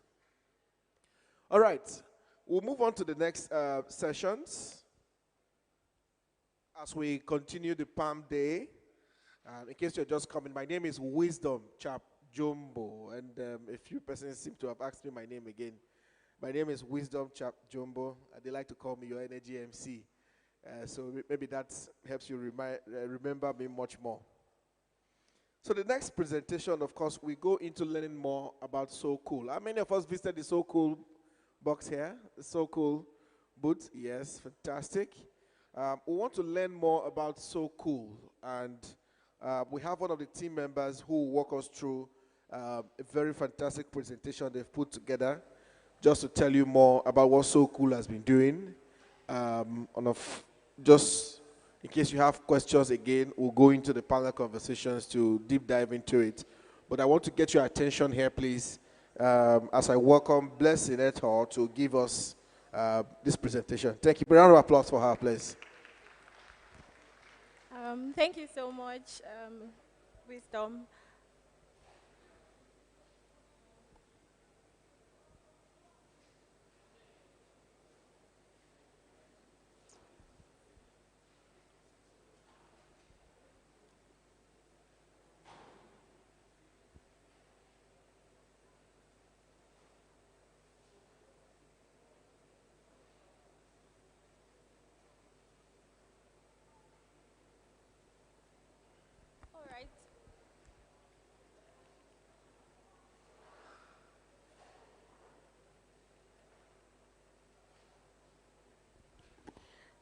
Welcome everyone once again. My name is Blessing Eto. I'm the CEO of SoCool, and I'll be walking you through our innovative solution, SoCool.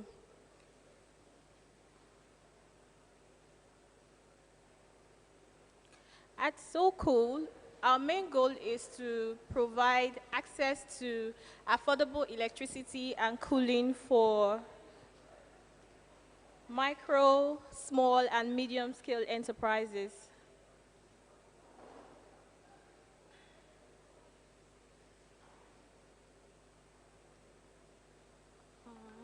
Okay.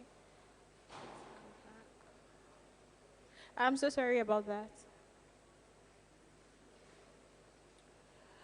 Okay, so today I'll be walking you through our solution, and I'll be sharing with you the story of one of our customer, the lady on my screen, Mrs. Adebayo Mutiat. We actually met Mrs. Mutiat during our feasibility studies in the community, Lafaji community in Lagos State, Nigeria. She owns a small shop where she sells cold water, drinks, and also a small phone charging station for the community that serves the community. When we met Mrs. Mutiat, she was actually struggling with her business due to high cost of running the business, reliance on petrol generator. And the fact is that Mrs. Mutiat is not alone in this struggle. We have like small business owners who are actually struggling with access to electricity. And in Nigeria, we have 24 million micro, small, and medium enterprises who are actually struggling with this challenge. And that's the reason why SoCool is actually designed to solve this problem of lack of access to electricity, lack of access to cooling for small businesses.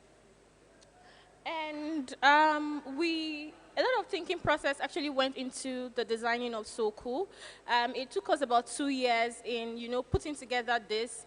And we thought about how we could actually, solve this problem for the users. We took into account the pain points that these small business owners are actually going through.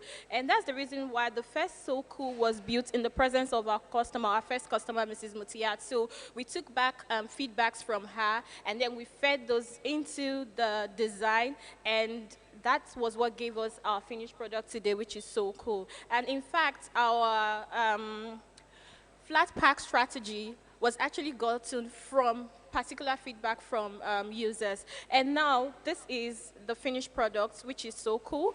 And what does SoCool do? SoCool gives you access to 24 hours electricity, it gives you access to cooling, gives you access to affordable payment options. It gives you access to energy optimization through the embedded AI.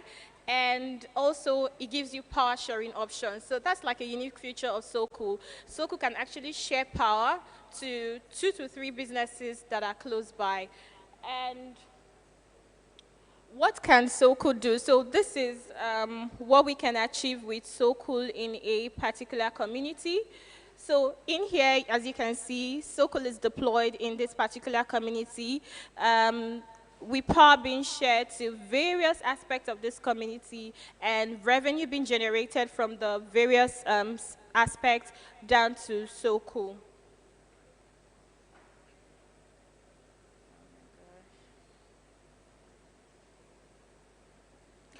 And so far, we've been witnessing huge success with SoCool. In 2023, we were able to deploy 16 SoCool. And in 2024, currently, we've deployed over 240 SoCoals. And we are looking at, increasing this number to 1,000 by, thank you very much, thank you. We are looking at increasing this number to 8,000 by 2027, and also scaling not just in Nigeria, but across Africa as well. And what's the impact? The impact for SoCool is actually huge.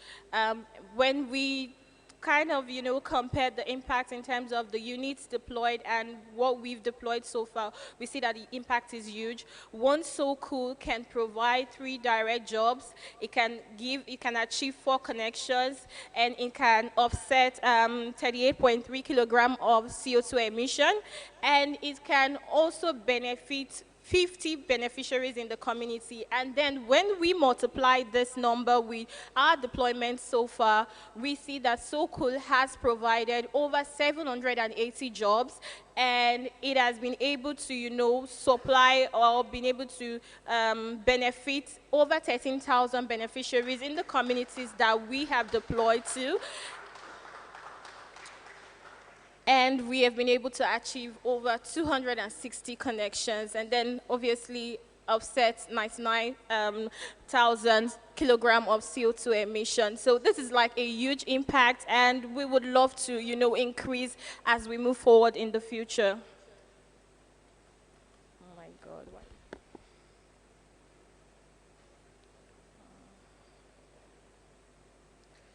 And I want to say a special thanks to all our partners, a huge thanks to Power Africa, a huge thanks to ONS de France region, a huge thanks to EDP, to PAM Africa, to USAID,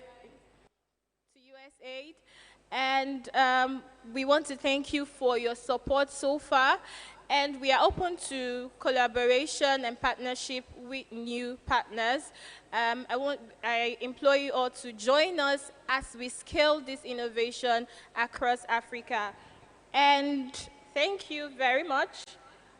We've been nominated for 3 categories at the AFCIA award. SoCool was nominated for Productive Use Application of the Year and Solar Innovation of the Year, as well as Solar Video of the Year. Please scan our barcodes and vote for us. With your support, we can bring home this award. We are counting on you. Thank you very much, and we are open to partnership with you all. Thank you. All right, thank you so much. Thank you, thank you. We'll get Blessing back in a bit to tell us more about that. Wow. Did I see 13,000 connections? Amazing, so much work. 780 jobs. Wow. All right, this is so cool, but we'll move to the next subject, and this will be on Solar Battery Hub. We talked about batteries in the beginning, and this will just take us a step further into it. Please welcome Andrew Ross to take us into this. Thank you so much.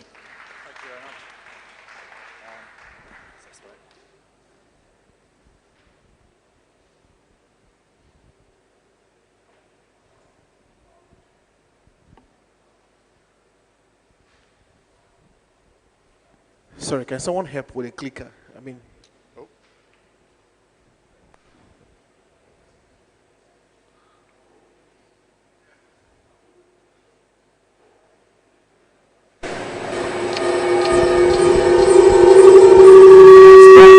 It's the wrong way around.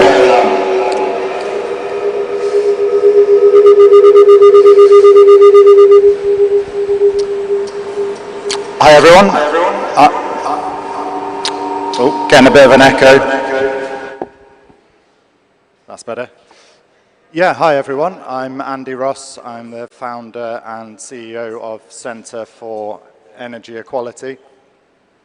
I'm really pleased to be here today to present our partnership project, Solar Battery Hub. So I just want to say a few words about Centre for Energy Equality. So we're a social enterprise set up in the UK trying to make energy fairer, both in across the globe, because currently there is a major risk that all of the new technologies that exist out there, whether it's solar, battery, or any of the other technologies that are being developed, which is amazing, can widen the energy haves and have-nots in the energy sector.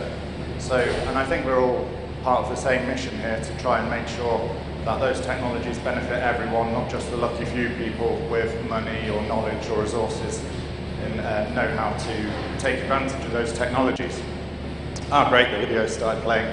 So we're really excited to be working with Pam on the Solar Battery Hub. There's a little explainer video that Patrick and the team have created here from demonstrating the first deployment in a rural village just a couple of hours west from here. So you can see in this first installation, it is a shipping container, which has been nicely refurbished to house these racks of batteries, which are batteries ranging from 200 watt hours up to 3 kilowatt hours. And you can see the lady here, she's coming to return her battery, and so is this guy. They may have been using those batteries for some form of productive use. Currently we're focusing on rural and peri-urban use cases for SMEs, health centres and other productive use types. Yeah, where did you get the interior, Patrick? It's nice, it's nice.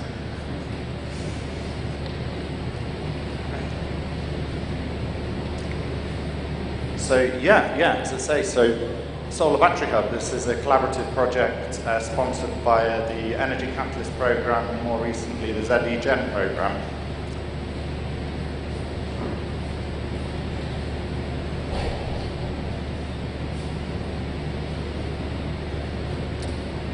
So I talked a little bit about who we are. So why Solar Battery Hub? So Nigeria itself has the world's largest energy access deficit. So that's lots and lots of people without not receiving the benefits that clean energy and energy has to offer. For example, only 34% of hospitals have reliable electricity. 34 million SMEs lack access to electricity or reliable electricity, and 65% of schools need electricity. And that lack of electricity is preventing digital education, in particular, across the country. And it's not an exclusive challenge to Nigeria either. So our solution is Solar Battery Hub.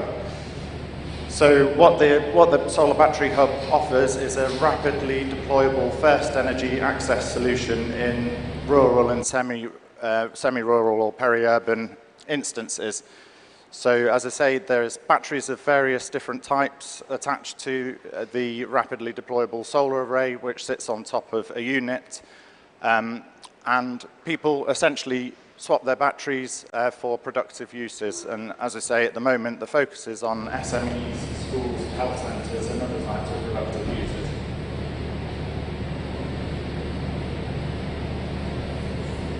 So it's massively scalable, and we've got lots of ideas. And whilst we're initially focusing on rural, peri-urban environments, the solution can be scaled from just a few units to much larger units, and we're considering much larger size batteries as well that can be transported in various different scenarios, which we'll come on to.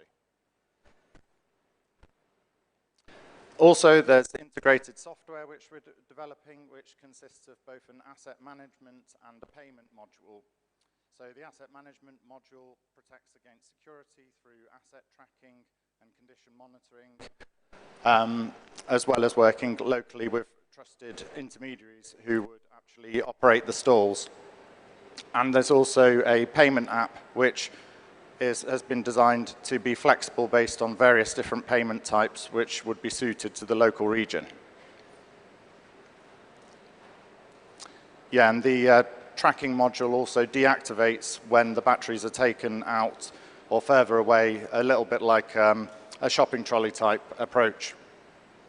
There's lots of use case scenarios for Solar Battery Hub. So as I mentioned, we're looking at supporting all those SMEs who need power, either consistent power, new power, or something that can make they can allow people to trade for longer.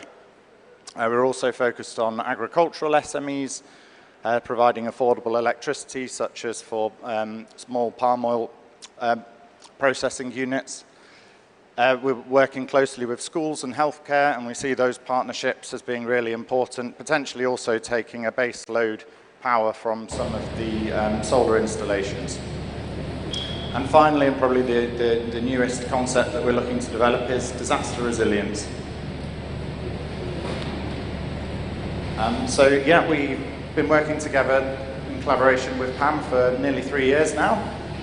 We have one fully scaled deployment and another deployment being scaled as part of this project.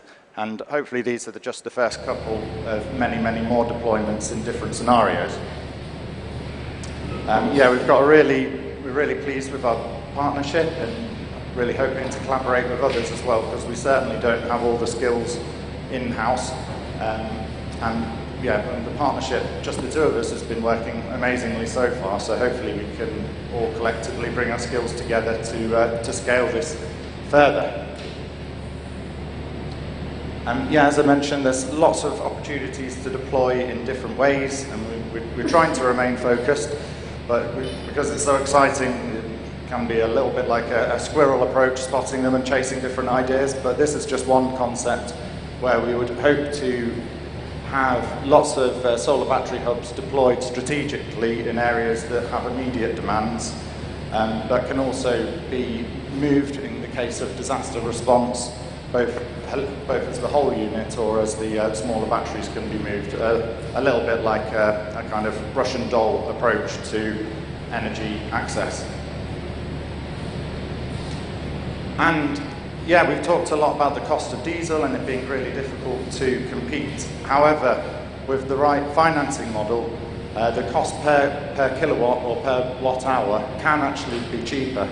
So using the battery can result in up to 70% cost savings for all devices, and for freezers, for example, can result in a 72% cost saving. There are lots of challenges associated with financing, and there's certain advantages and disadvantages that batteries have, but it is possible.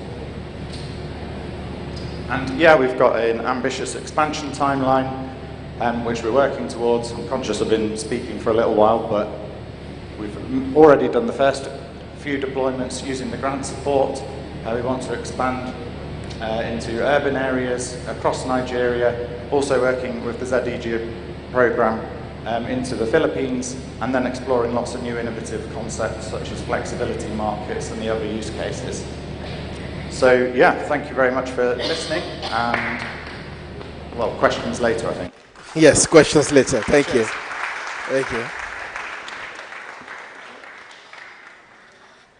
Okay, so we're back to that conversation on batteries again.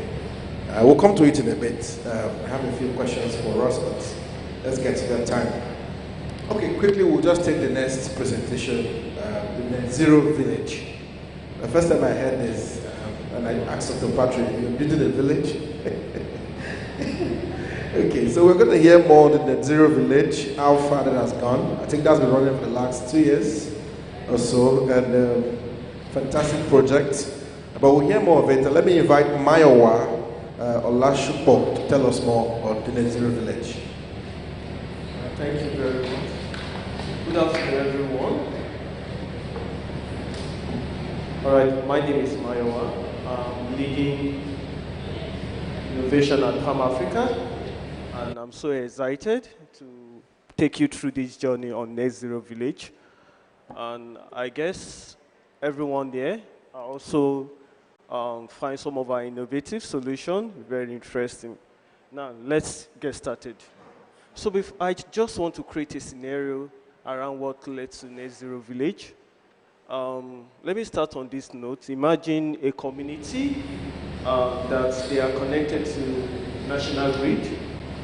However, they have less supply of electricity. Or another community where we have several poles in the community, but they've never been connected to the electricity. They are just seeing poles.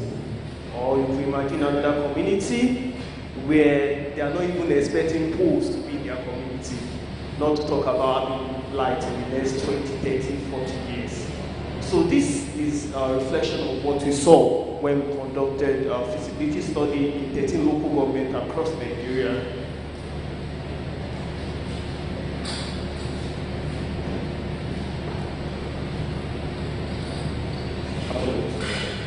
So one of the local governments we visited is actually Shokon local government.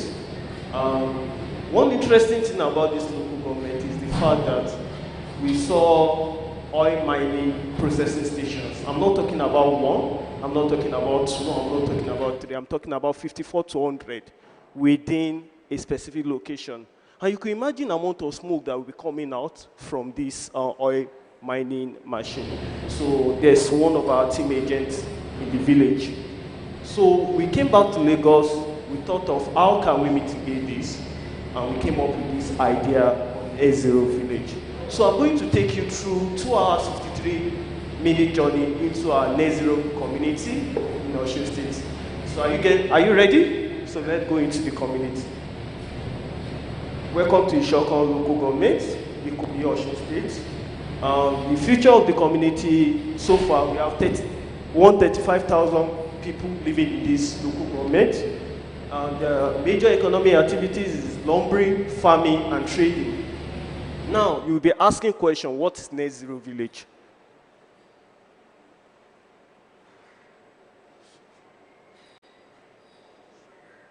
All right, so net zero village is a community design to offset more greenhouse gases than it produces. Now we are leveraging more on case identity for us to be able to understand the baseline. So before I move forward,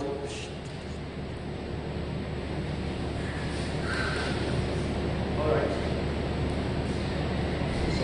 So before I move into in-depth, so there are 4 components we're actually looking at. We are looking at mesh grid, SOCO, solar battery hub, and e-mobility. But now, I would like you to take you through what we have learned over the years, within these few months, what we have learned from the design of the net zero community. So I'm going to start with baseline assessment.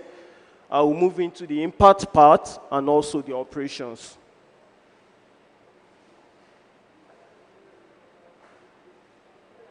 All right, for the baseline assessment, that actually speaks to our first objective, net zero.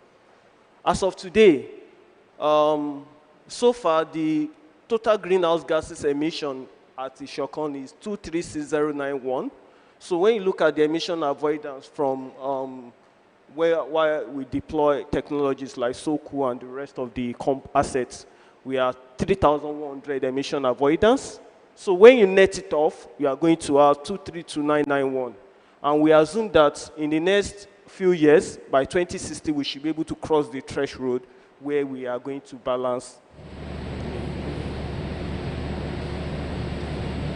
So our impact so far, sorry for that. Power production is 130 kilowatts. That's the power we've been able to generate so far. Beneficiary of the project is 46. Sorry, that should be a one. Indirect beneficiary is 21,500. CO2 reduction as of today is 3,100. And job created in the community as of today is 35. Now, I just actually put this for us to be able to have our take-home. It's actually a lesson that we learned from the community. And it's also very good for our ecosystem players for us to understand the challenges we face when we are deploying this. So the first fact is the weather issue. We noticed that during the rainy season, people top up less because of the energy production quite low. And also, in the first 2 months of the project, there was some delay when it comes to engineering maintenance. But after 3 months, we were able to train more locals within the community. They actually handle all the problems related to the asset that we deploy, and they can handle that perfectly well. So the next one is payment default. As innovation team, interesting thing about the NZV is the fact that we have 5% default rate, 5%. And we try to manage that by also thinking of how we can come up with another initiative, which is Palm AI. That's one of my colleagues have actually spoke about.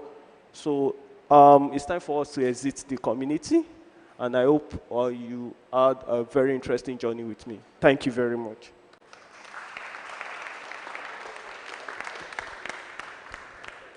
All right, thank you so much. Can we have the seats just arranged briefly so that we can get into that? Thank you.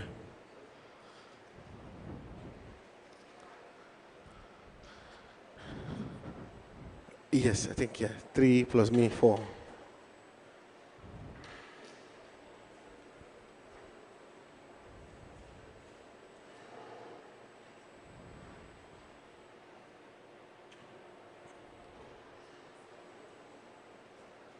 Okay. All right, can I have my panel? Blessing, Mayowa, Ross, please join us. Who did I miss?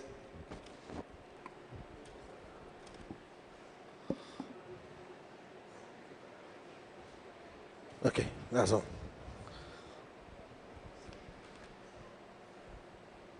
Can we get them mics, please? Thank you.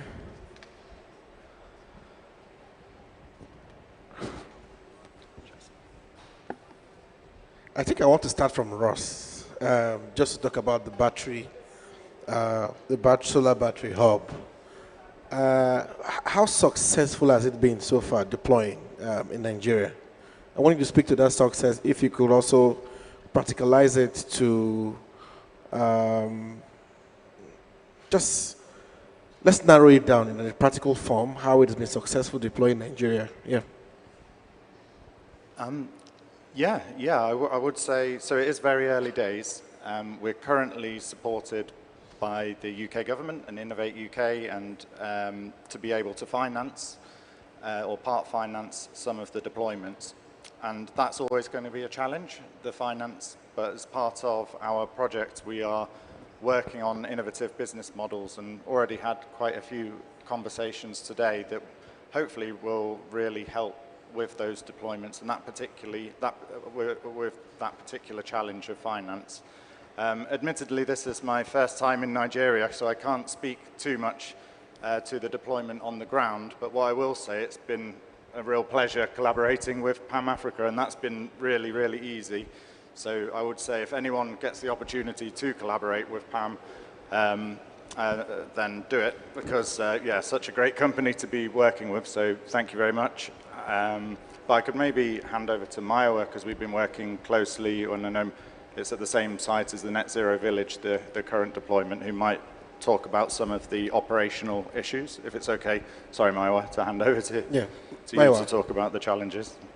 Okay, for us, the challenges so far as regards to the solar battery hub is specifically to the fact that the current batteries that we have are actually not being able to serve some SMEs, which is actually a challenge. In the fact that people are actually demanding, but we could not give them the right battery for them to be able to power their business. So though we are giving them other options like SoCo and the rest, but they are very keen on this solar battery because it is very affordable, less than 2,000. It's very affordable. Right. So you're saying to have access to the battery, to have it, I know it's rechargeable, and you bring it back to the hub? Sure. Yeah. How much is it? For the smaller one is 1,000. For the bigger size that can power freezer, refrigerator or freezer, that's 2,000. 2,000. On the side of affordability, how do you see this costing? I mean, to the last mile people who have been using it, how has acceptance been like? I can say 100%, because if you compare to the fuel price in the village, in the Shokon community, though we are buying fuel in Lagos at 1,000. What's the price again? 1,090 naira. Yes, 1,090. So if you enter the community for them to get fuel, they are paying 1,500. They are even paying more than you in Lagos, and they earn less. So look at the affordability there. It's very affordable to them. And you focus on like it's really last mile areas, rural communities. Is that the target market? Yes, for now. For now. Yeah. Okay. Let me come to Blessing, just to ask you again.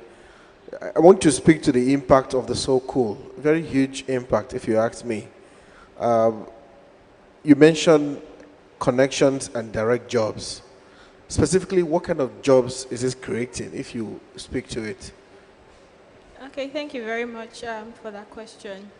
In terms of the direct jobs, we're looking at first the direct and indirect jobs that SoCool is creating. Now, to make one SoCool, it takes about 3 workers to make one SoCool.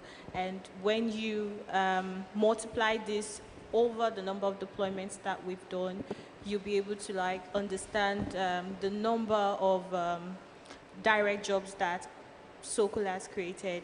And it doesn't just end there. We're looking at indirect jobs as well. The logistics, there's like a whole chain of events, logistics that are coming in. We're looking at supply chain and all that. So it's really huge, right? And for the beneficiaries, we are also looking at those that get to benefit from the deployments that we have made so far. So when you aggregate all this together, you kind of get to appreciate how Soko get to transform not just the lives of the users, but as well as those around. 240 deployments so far. Can you speak to it and specifically which markets have this gone to, which areas? When I mean market, target market, is this just communities? Where specifically have you deployed so far? 240 deployment, that's a lot. Okay, so in total we have over 260. Yeah, so for our target market is majorly micro and small scale businesses, entrepreneurs that are in rural communities, in peri-urban communities.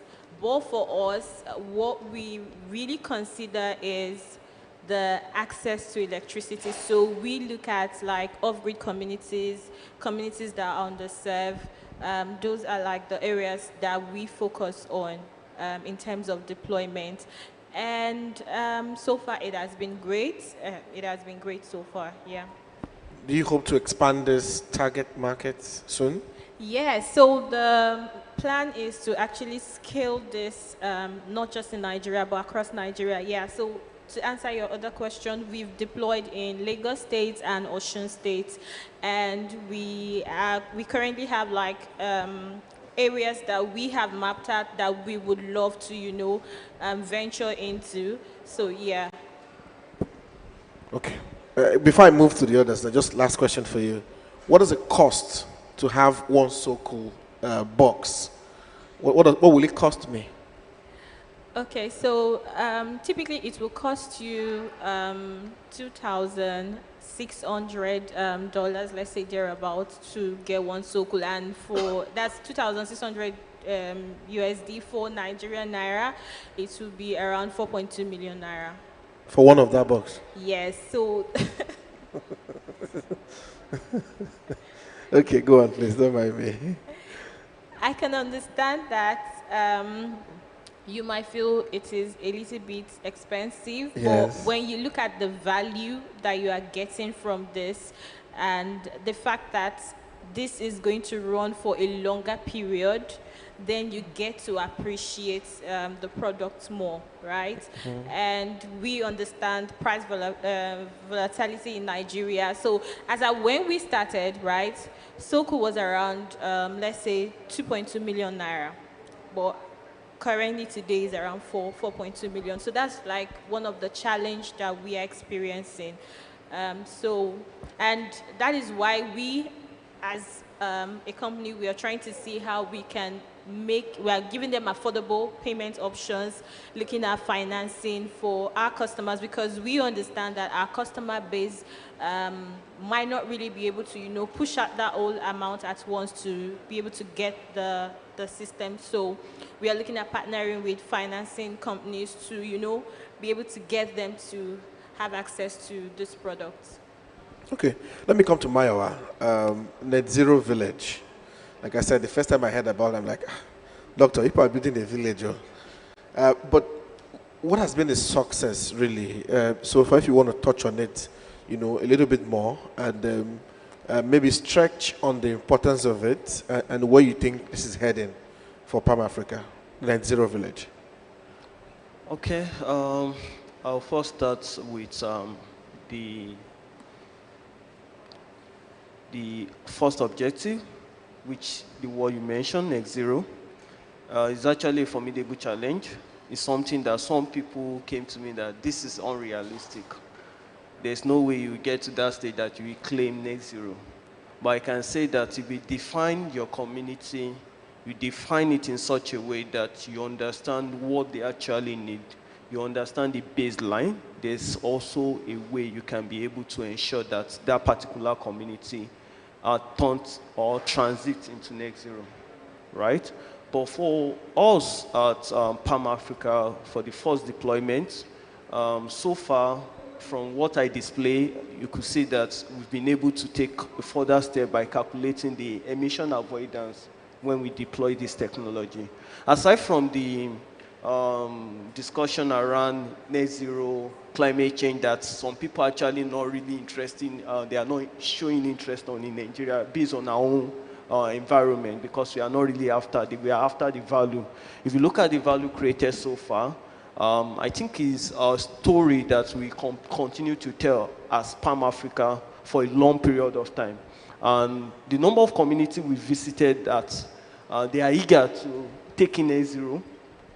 That means I'm talking about the component of net zero into their community, the number of local governments that have signed agreements with us that we can go ahead. But what is keeping us is the fund. And that's why I'm appealing to corporate organizations, NGOs that are here. If you can partner with us, I believe that we can scale this project initiative into other communities in Nigeria. Thank you. Okay. If we give you money to build village, you will build local government after now. So I don't know. Anyways, Ross, now if I come to you on the solar battery hub now, I was watching your expansion. I mean, where you are going next with this. But if you look at the use of battery, the way it's being used now, what do you see this expansion really coming through with the use of batteries, and we're looking to reduce the costs and all of that? What do you have to? What are your thoughts around all of this and looking at the future you're projecting for solar battery hub? Yeah, so in one word, yes. I think the use of batteries in various different use cases is almost certain to expand. As you say, the unit costs are coming down just like it is with solar, and that combination is a match made in heaven, I guess, solar and battery together. And yeah, Solar Battery Hub represents one particular use case that could be really successful. Firstly, because it's so rapidly deployable. When you compare microgrid and mesh grids and attachment to actual grids that take years and years of planning, what Solar Battery Hub can do is give that first energy access to rural areas that don't have access to electricity, or peri-urban areas that only have access to intermittent electricity, and at a very, very affordable rate that enables people to benefit more than what they're paying. And hopefully what that will do is stimulate demand for clean electricity, and which subsequently stimulates the benefits across a region and across the country, hopefully, that energy access does, whether it's through digital education, whether it's through vaccine storage, whether it's giving people new opportunities to work or work longer or do different things in terms of enabling more people to get out into the workplace, which subsequently should stimulate grids and utility companies to bring longer term, more reliable or sort of permanent infrastructure into areas that don't have that infrastructure at the moment. So really what Solar Battery Hub is doing is kind of stimulating that demand and enabling people and communities to benefit both in the short term, but be able to stimulate other organizations who are bringing utility scale electricity to areas, which subsequently has a real impact on economy and communities. One of the use cases I saw quite interested is emergency and disaster. Can you speak to that really? How is this going to help exactly? Yeah, so this is a use case that is applicable globally in different contexts, but the idea of having strategically deployed solar battery hubs in areas that need electricity right now on an ongoing basis and maybe have some base load requirements, but are also in areas that have lots of power outages or lots of flood incidents or other type of emergencies where power is really important, particularly for vulnerable people or vulnerable businesses and communities, enabling rapidly deployable, kind of, as I say, a Russian doll type, big battery here, small battery pops out and goes and helps at a medical center in an emergency, or a vulnerable person who needs that power immediately, is a really good opportunity, and hopefully a good opportunity for investment as well, because it delivers immediate social impact. From the video you played, I see that they need to bring the batteries to come and recharge and take it back. Would that be a limitation for this project in the long run?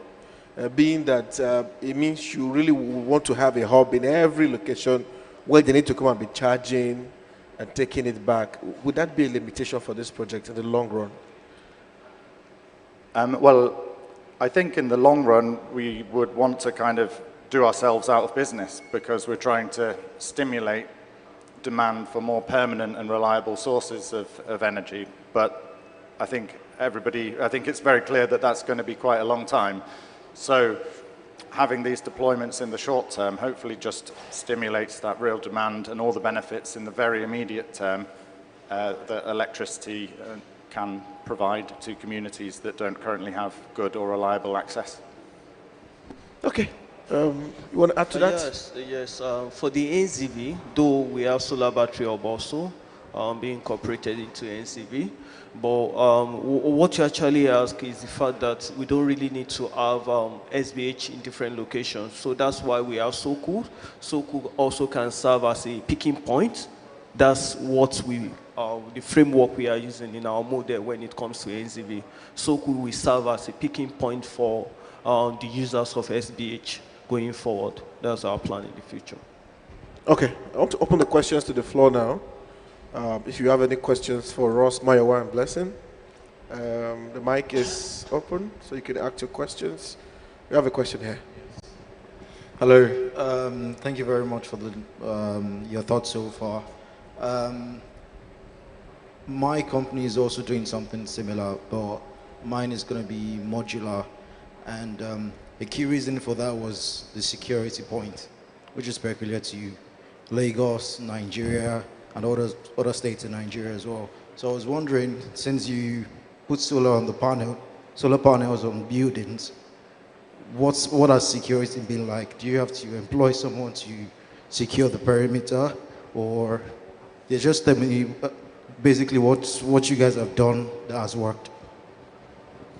All right, maybe I can as well answer that. For currently SBH location in NZV, though the place we erected SBH is secured.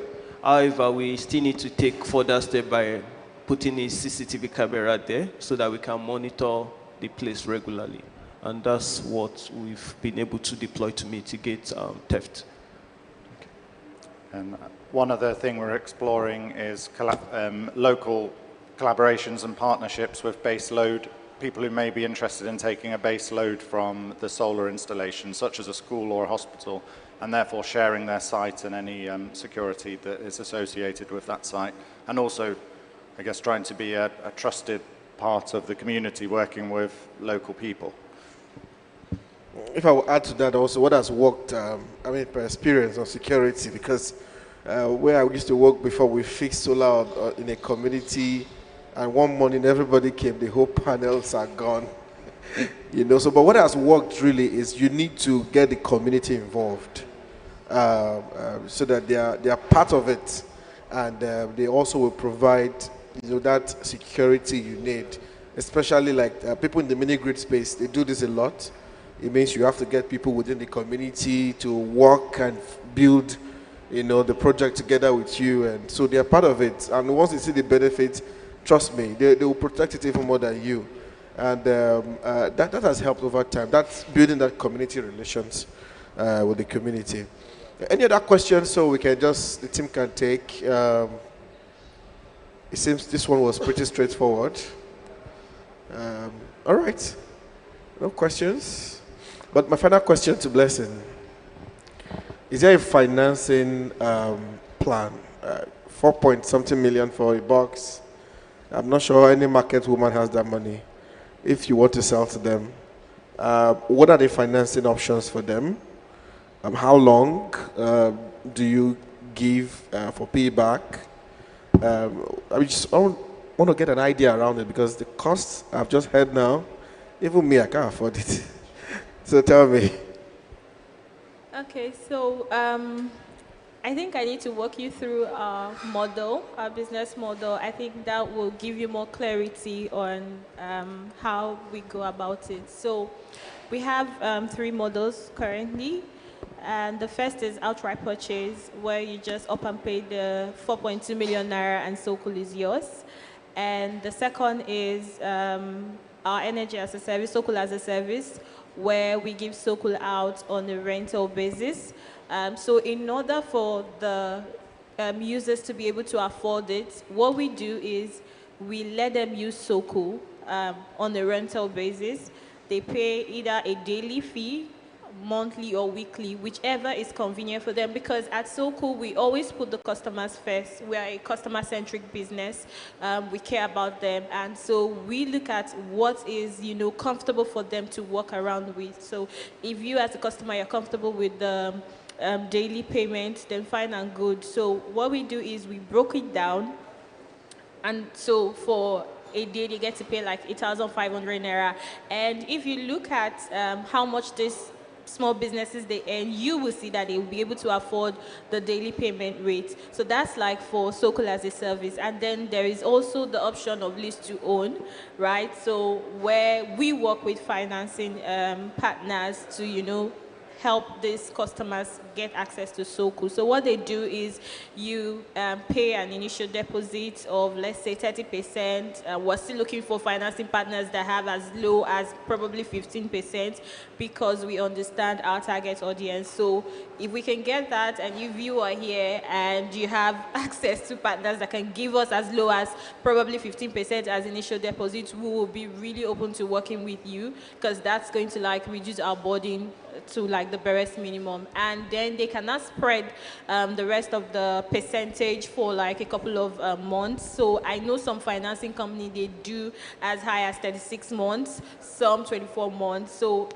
with that option available, some of our customers can actually get this. And then we've seen where some of our customers also work with cooperative societies to be able to, get these boxes from them. So those are options that we are exploring. So for Sokol as a service, we make the boxes and then deploy to, of course, after vetting the customers and taking them through various, processes and all that. So that is where we really need funding and support on to be able to push this to the customers. Yeah, so those are all the options we have available for them. All right, thank you so much.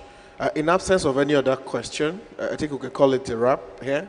But I would just like everyone to give their final thoughts. Ross, Mayowa, what are your final thoughts you want to share? I think that just there's such a massive opportunity for solar and battery and to replace diesel generators both in the short term and long term. So from solar battery hub perspective specifically, it enables that rapidly deployable first energy access in rural and peri-urban communities that people need to get a taste for it, I suppose, and also to show the rest of the supply chain utilities that see what can be done in those regions. Okay. All right. For me, I think we continue to keep innovating because that's key to us at Palm Africa. We keep on researching and also to ensure that there's affordability in place for most of our users, customers, and prospective clients, as well as the fact that there's also need for every ecosystem players to network, collaborate, because we can't do it alone. We need you for us to be able to move forward. We need each other for us to be able to ensure that every Africa household, all households in Africa community are connected to either grid, national grid, or clean source of energy for them to be able to power their life. Thank you. The national grid is not working, so... All right, let's see, final thoughts. All right, so for us at Soku, we've seen the impact so far of what Soku can do, and we know what Soku can achieve And we just want to, push this innovation across Africa. We really want to transform how small business owners, they carry out their business operations moving forward. So for us, that is like the key, and it's really important. And we would really welcome collaboration, to be able to reach out to those areas, to be able to reach out to those SMEs in, off-grid communities. That is like our goal, and is really key for us. Yeah. Fantastic. Ladies and gentlemen, please, a round of applause for our panel here, please. I don't know, maybe we can take a quick photo before they disappear too. No, do we take for this panel, is it here? Before they disappear, so we'll take a quick photo here. Thank you so much. A lot of work Palm Africa is doing, and the team, as you can see, they're really brilliant. I think I'll join this photo.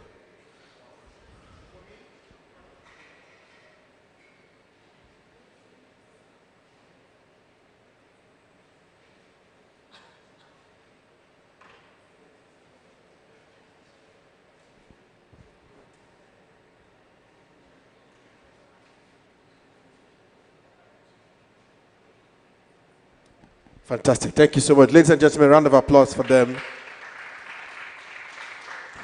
All right. So you help us take this out.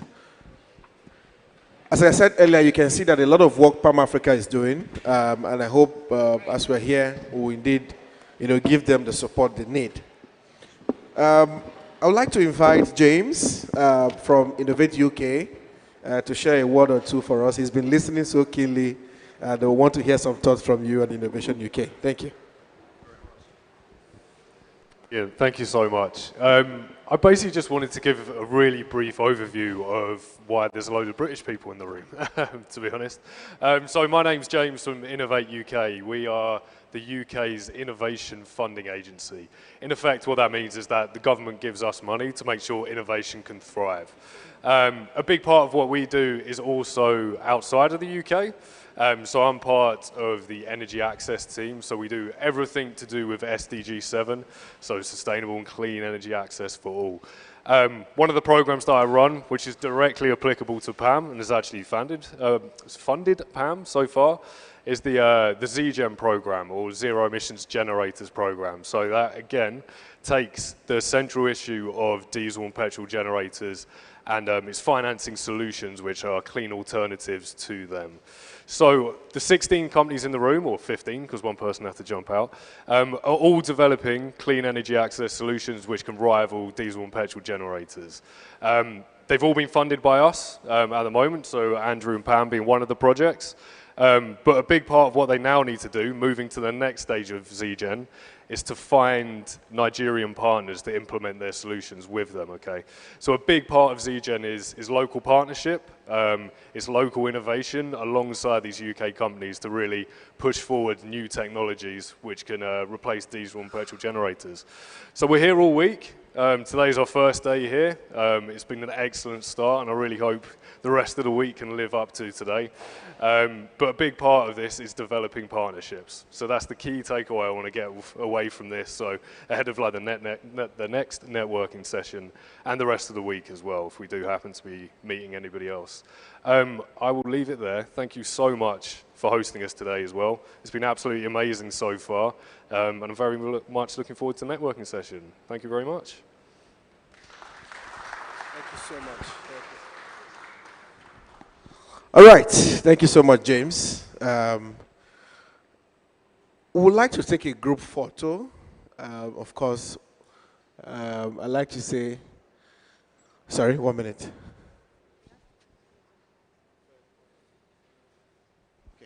But before we do that, I think I will invite Dr. Patrick to give us the final closing remark. We've learned quite a lot here today. And I really must say, the work Palm Africa is doing, driving innovation, trying to close the energy access gap, indeed is a lot of work. And I hope everyone here will give them the support. But Dr. Patrick, a lot has been said today. Just your final thoughts as we close up before our group photo. Thank you. Thank you, everyone. A huge pleasure. And really, today is a very important day for us. It's a full circle moment. And I'm so pleased that you're here to share that with us. We're lucky to see a lot of familiar faces, a lot of new faces as well. And we're really glad to see the amount of work the team has put in the last 4 years. This is the first time we're actually discussing any of our projects publicly in the last 4 years. And we've been quietly building in this little shed that we are in right now. So we're so glad that you're all here with us. I'm looking forward to the future. I'm really inspired by some of the work displayed today, and also thank you very much to our partners, our project funders, some of them who might not have made it today but are watching online. We're so grateful. We're so excited to see us scale some of this innovation, and also hopefully by the next PAM Day, we're not talking about the same innovations we're talking about now. We're talking about some new ones that we worked on, or some new innovations that we're bringing to life. So a huge pleasure of mine. Thank you very much. Have a safe trip back. I know Wisdom, there's some pictures that I'm going to take on later on. Also, just wanted to let you know, part of the ZEGen program, we're working on the second version of the Solar Battery Hub, and it's actually, a part of it is outside. So you, probably later on we can go and see it, what it's going to look like. It's going to be much more cost effective and also much more innovative as well. So we're glad to see those progress going on. Feel free, spend some time networking, meeting some members of the team. Maybe you have some more personal questions on their projects to ask. Feel free to do that. Thank you very much once again, and see you guys soon at the next PAM Day. Thank you so much, Doctor. Thank you. I like how you ended. Look, the next time we gather for the PAM Day, we'll be discussing new innovations, and we want to see how all the present innovations have indeed scaled. Ladies and gentlemen, please, we would like to take a group photo. And if you don't mind, we would like everyone to please gather somewhere here. And our photographer will take us a nice shot from up and will guide us on how we arrange. Just a group photo of everyone that is here. And we really indeed thank you for making the time to spend the day here with us at PAM Day. Yes, so just there. And will be arranged on how to take the photo. Yes.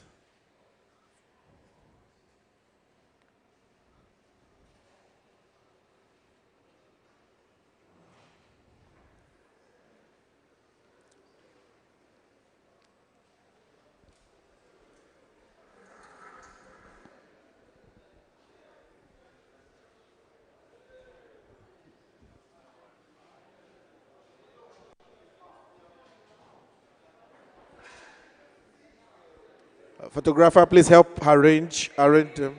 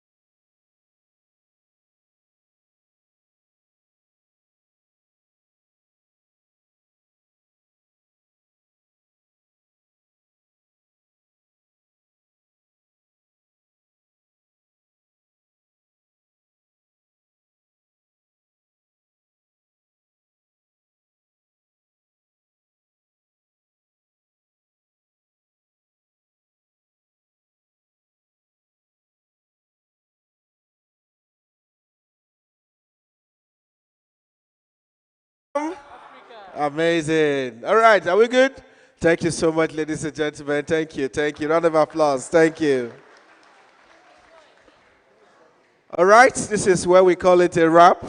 We'll spend the rest of the time networking, of course, seeing some of the products.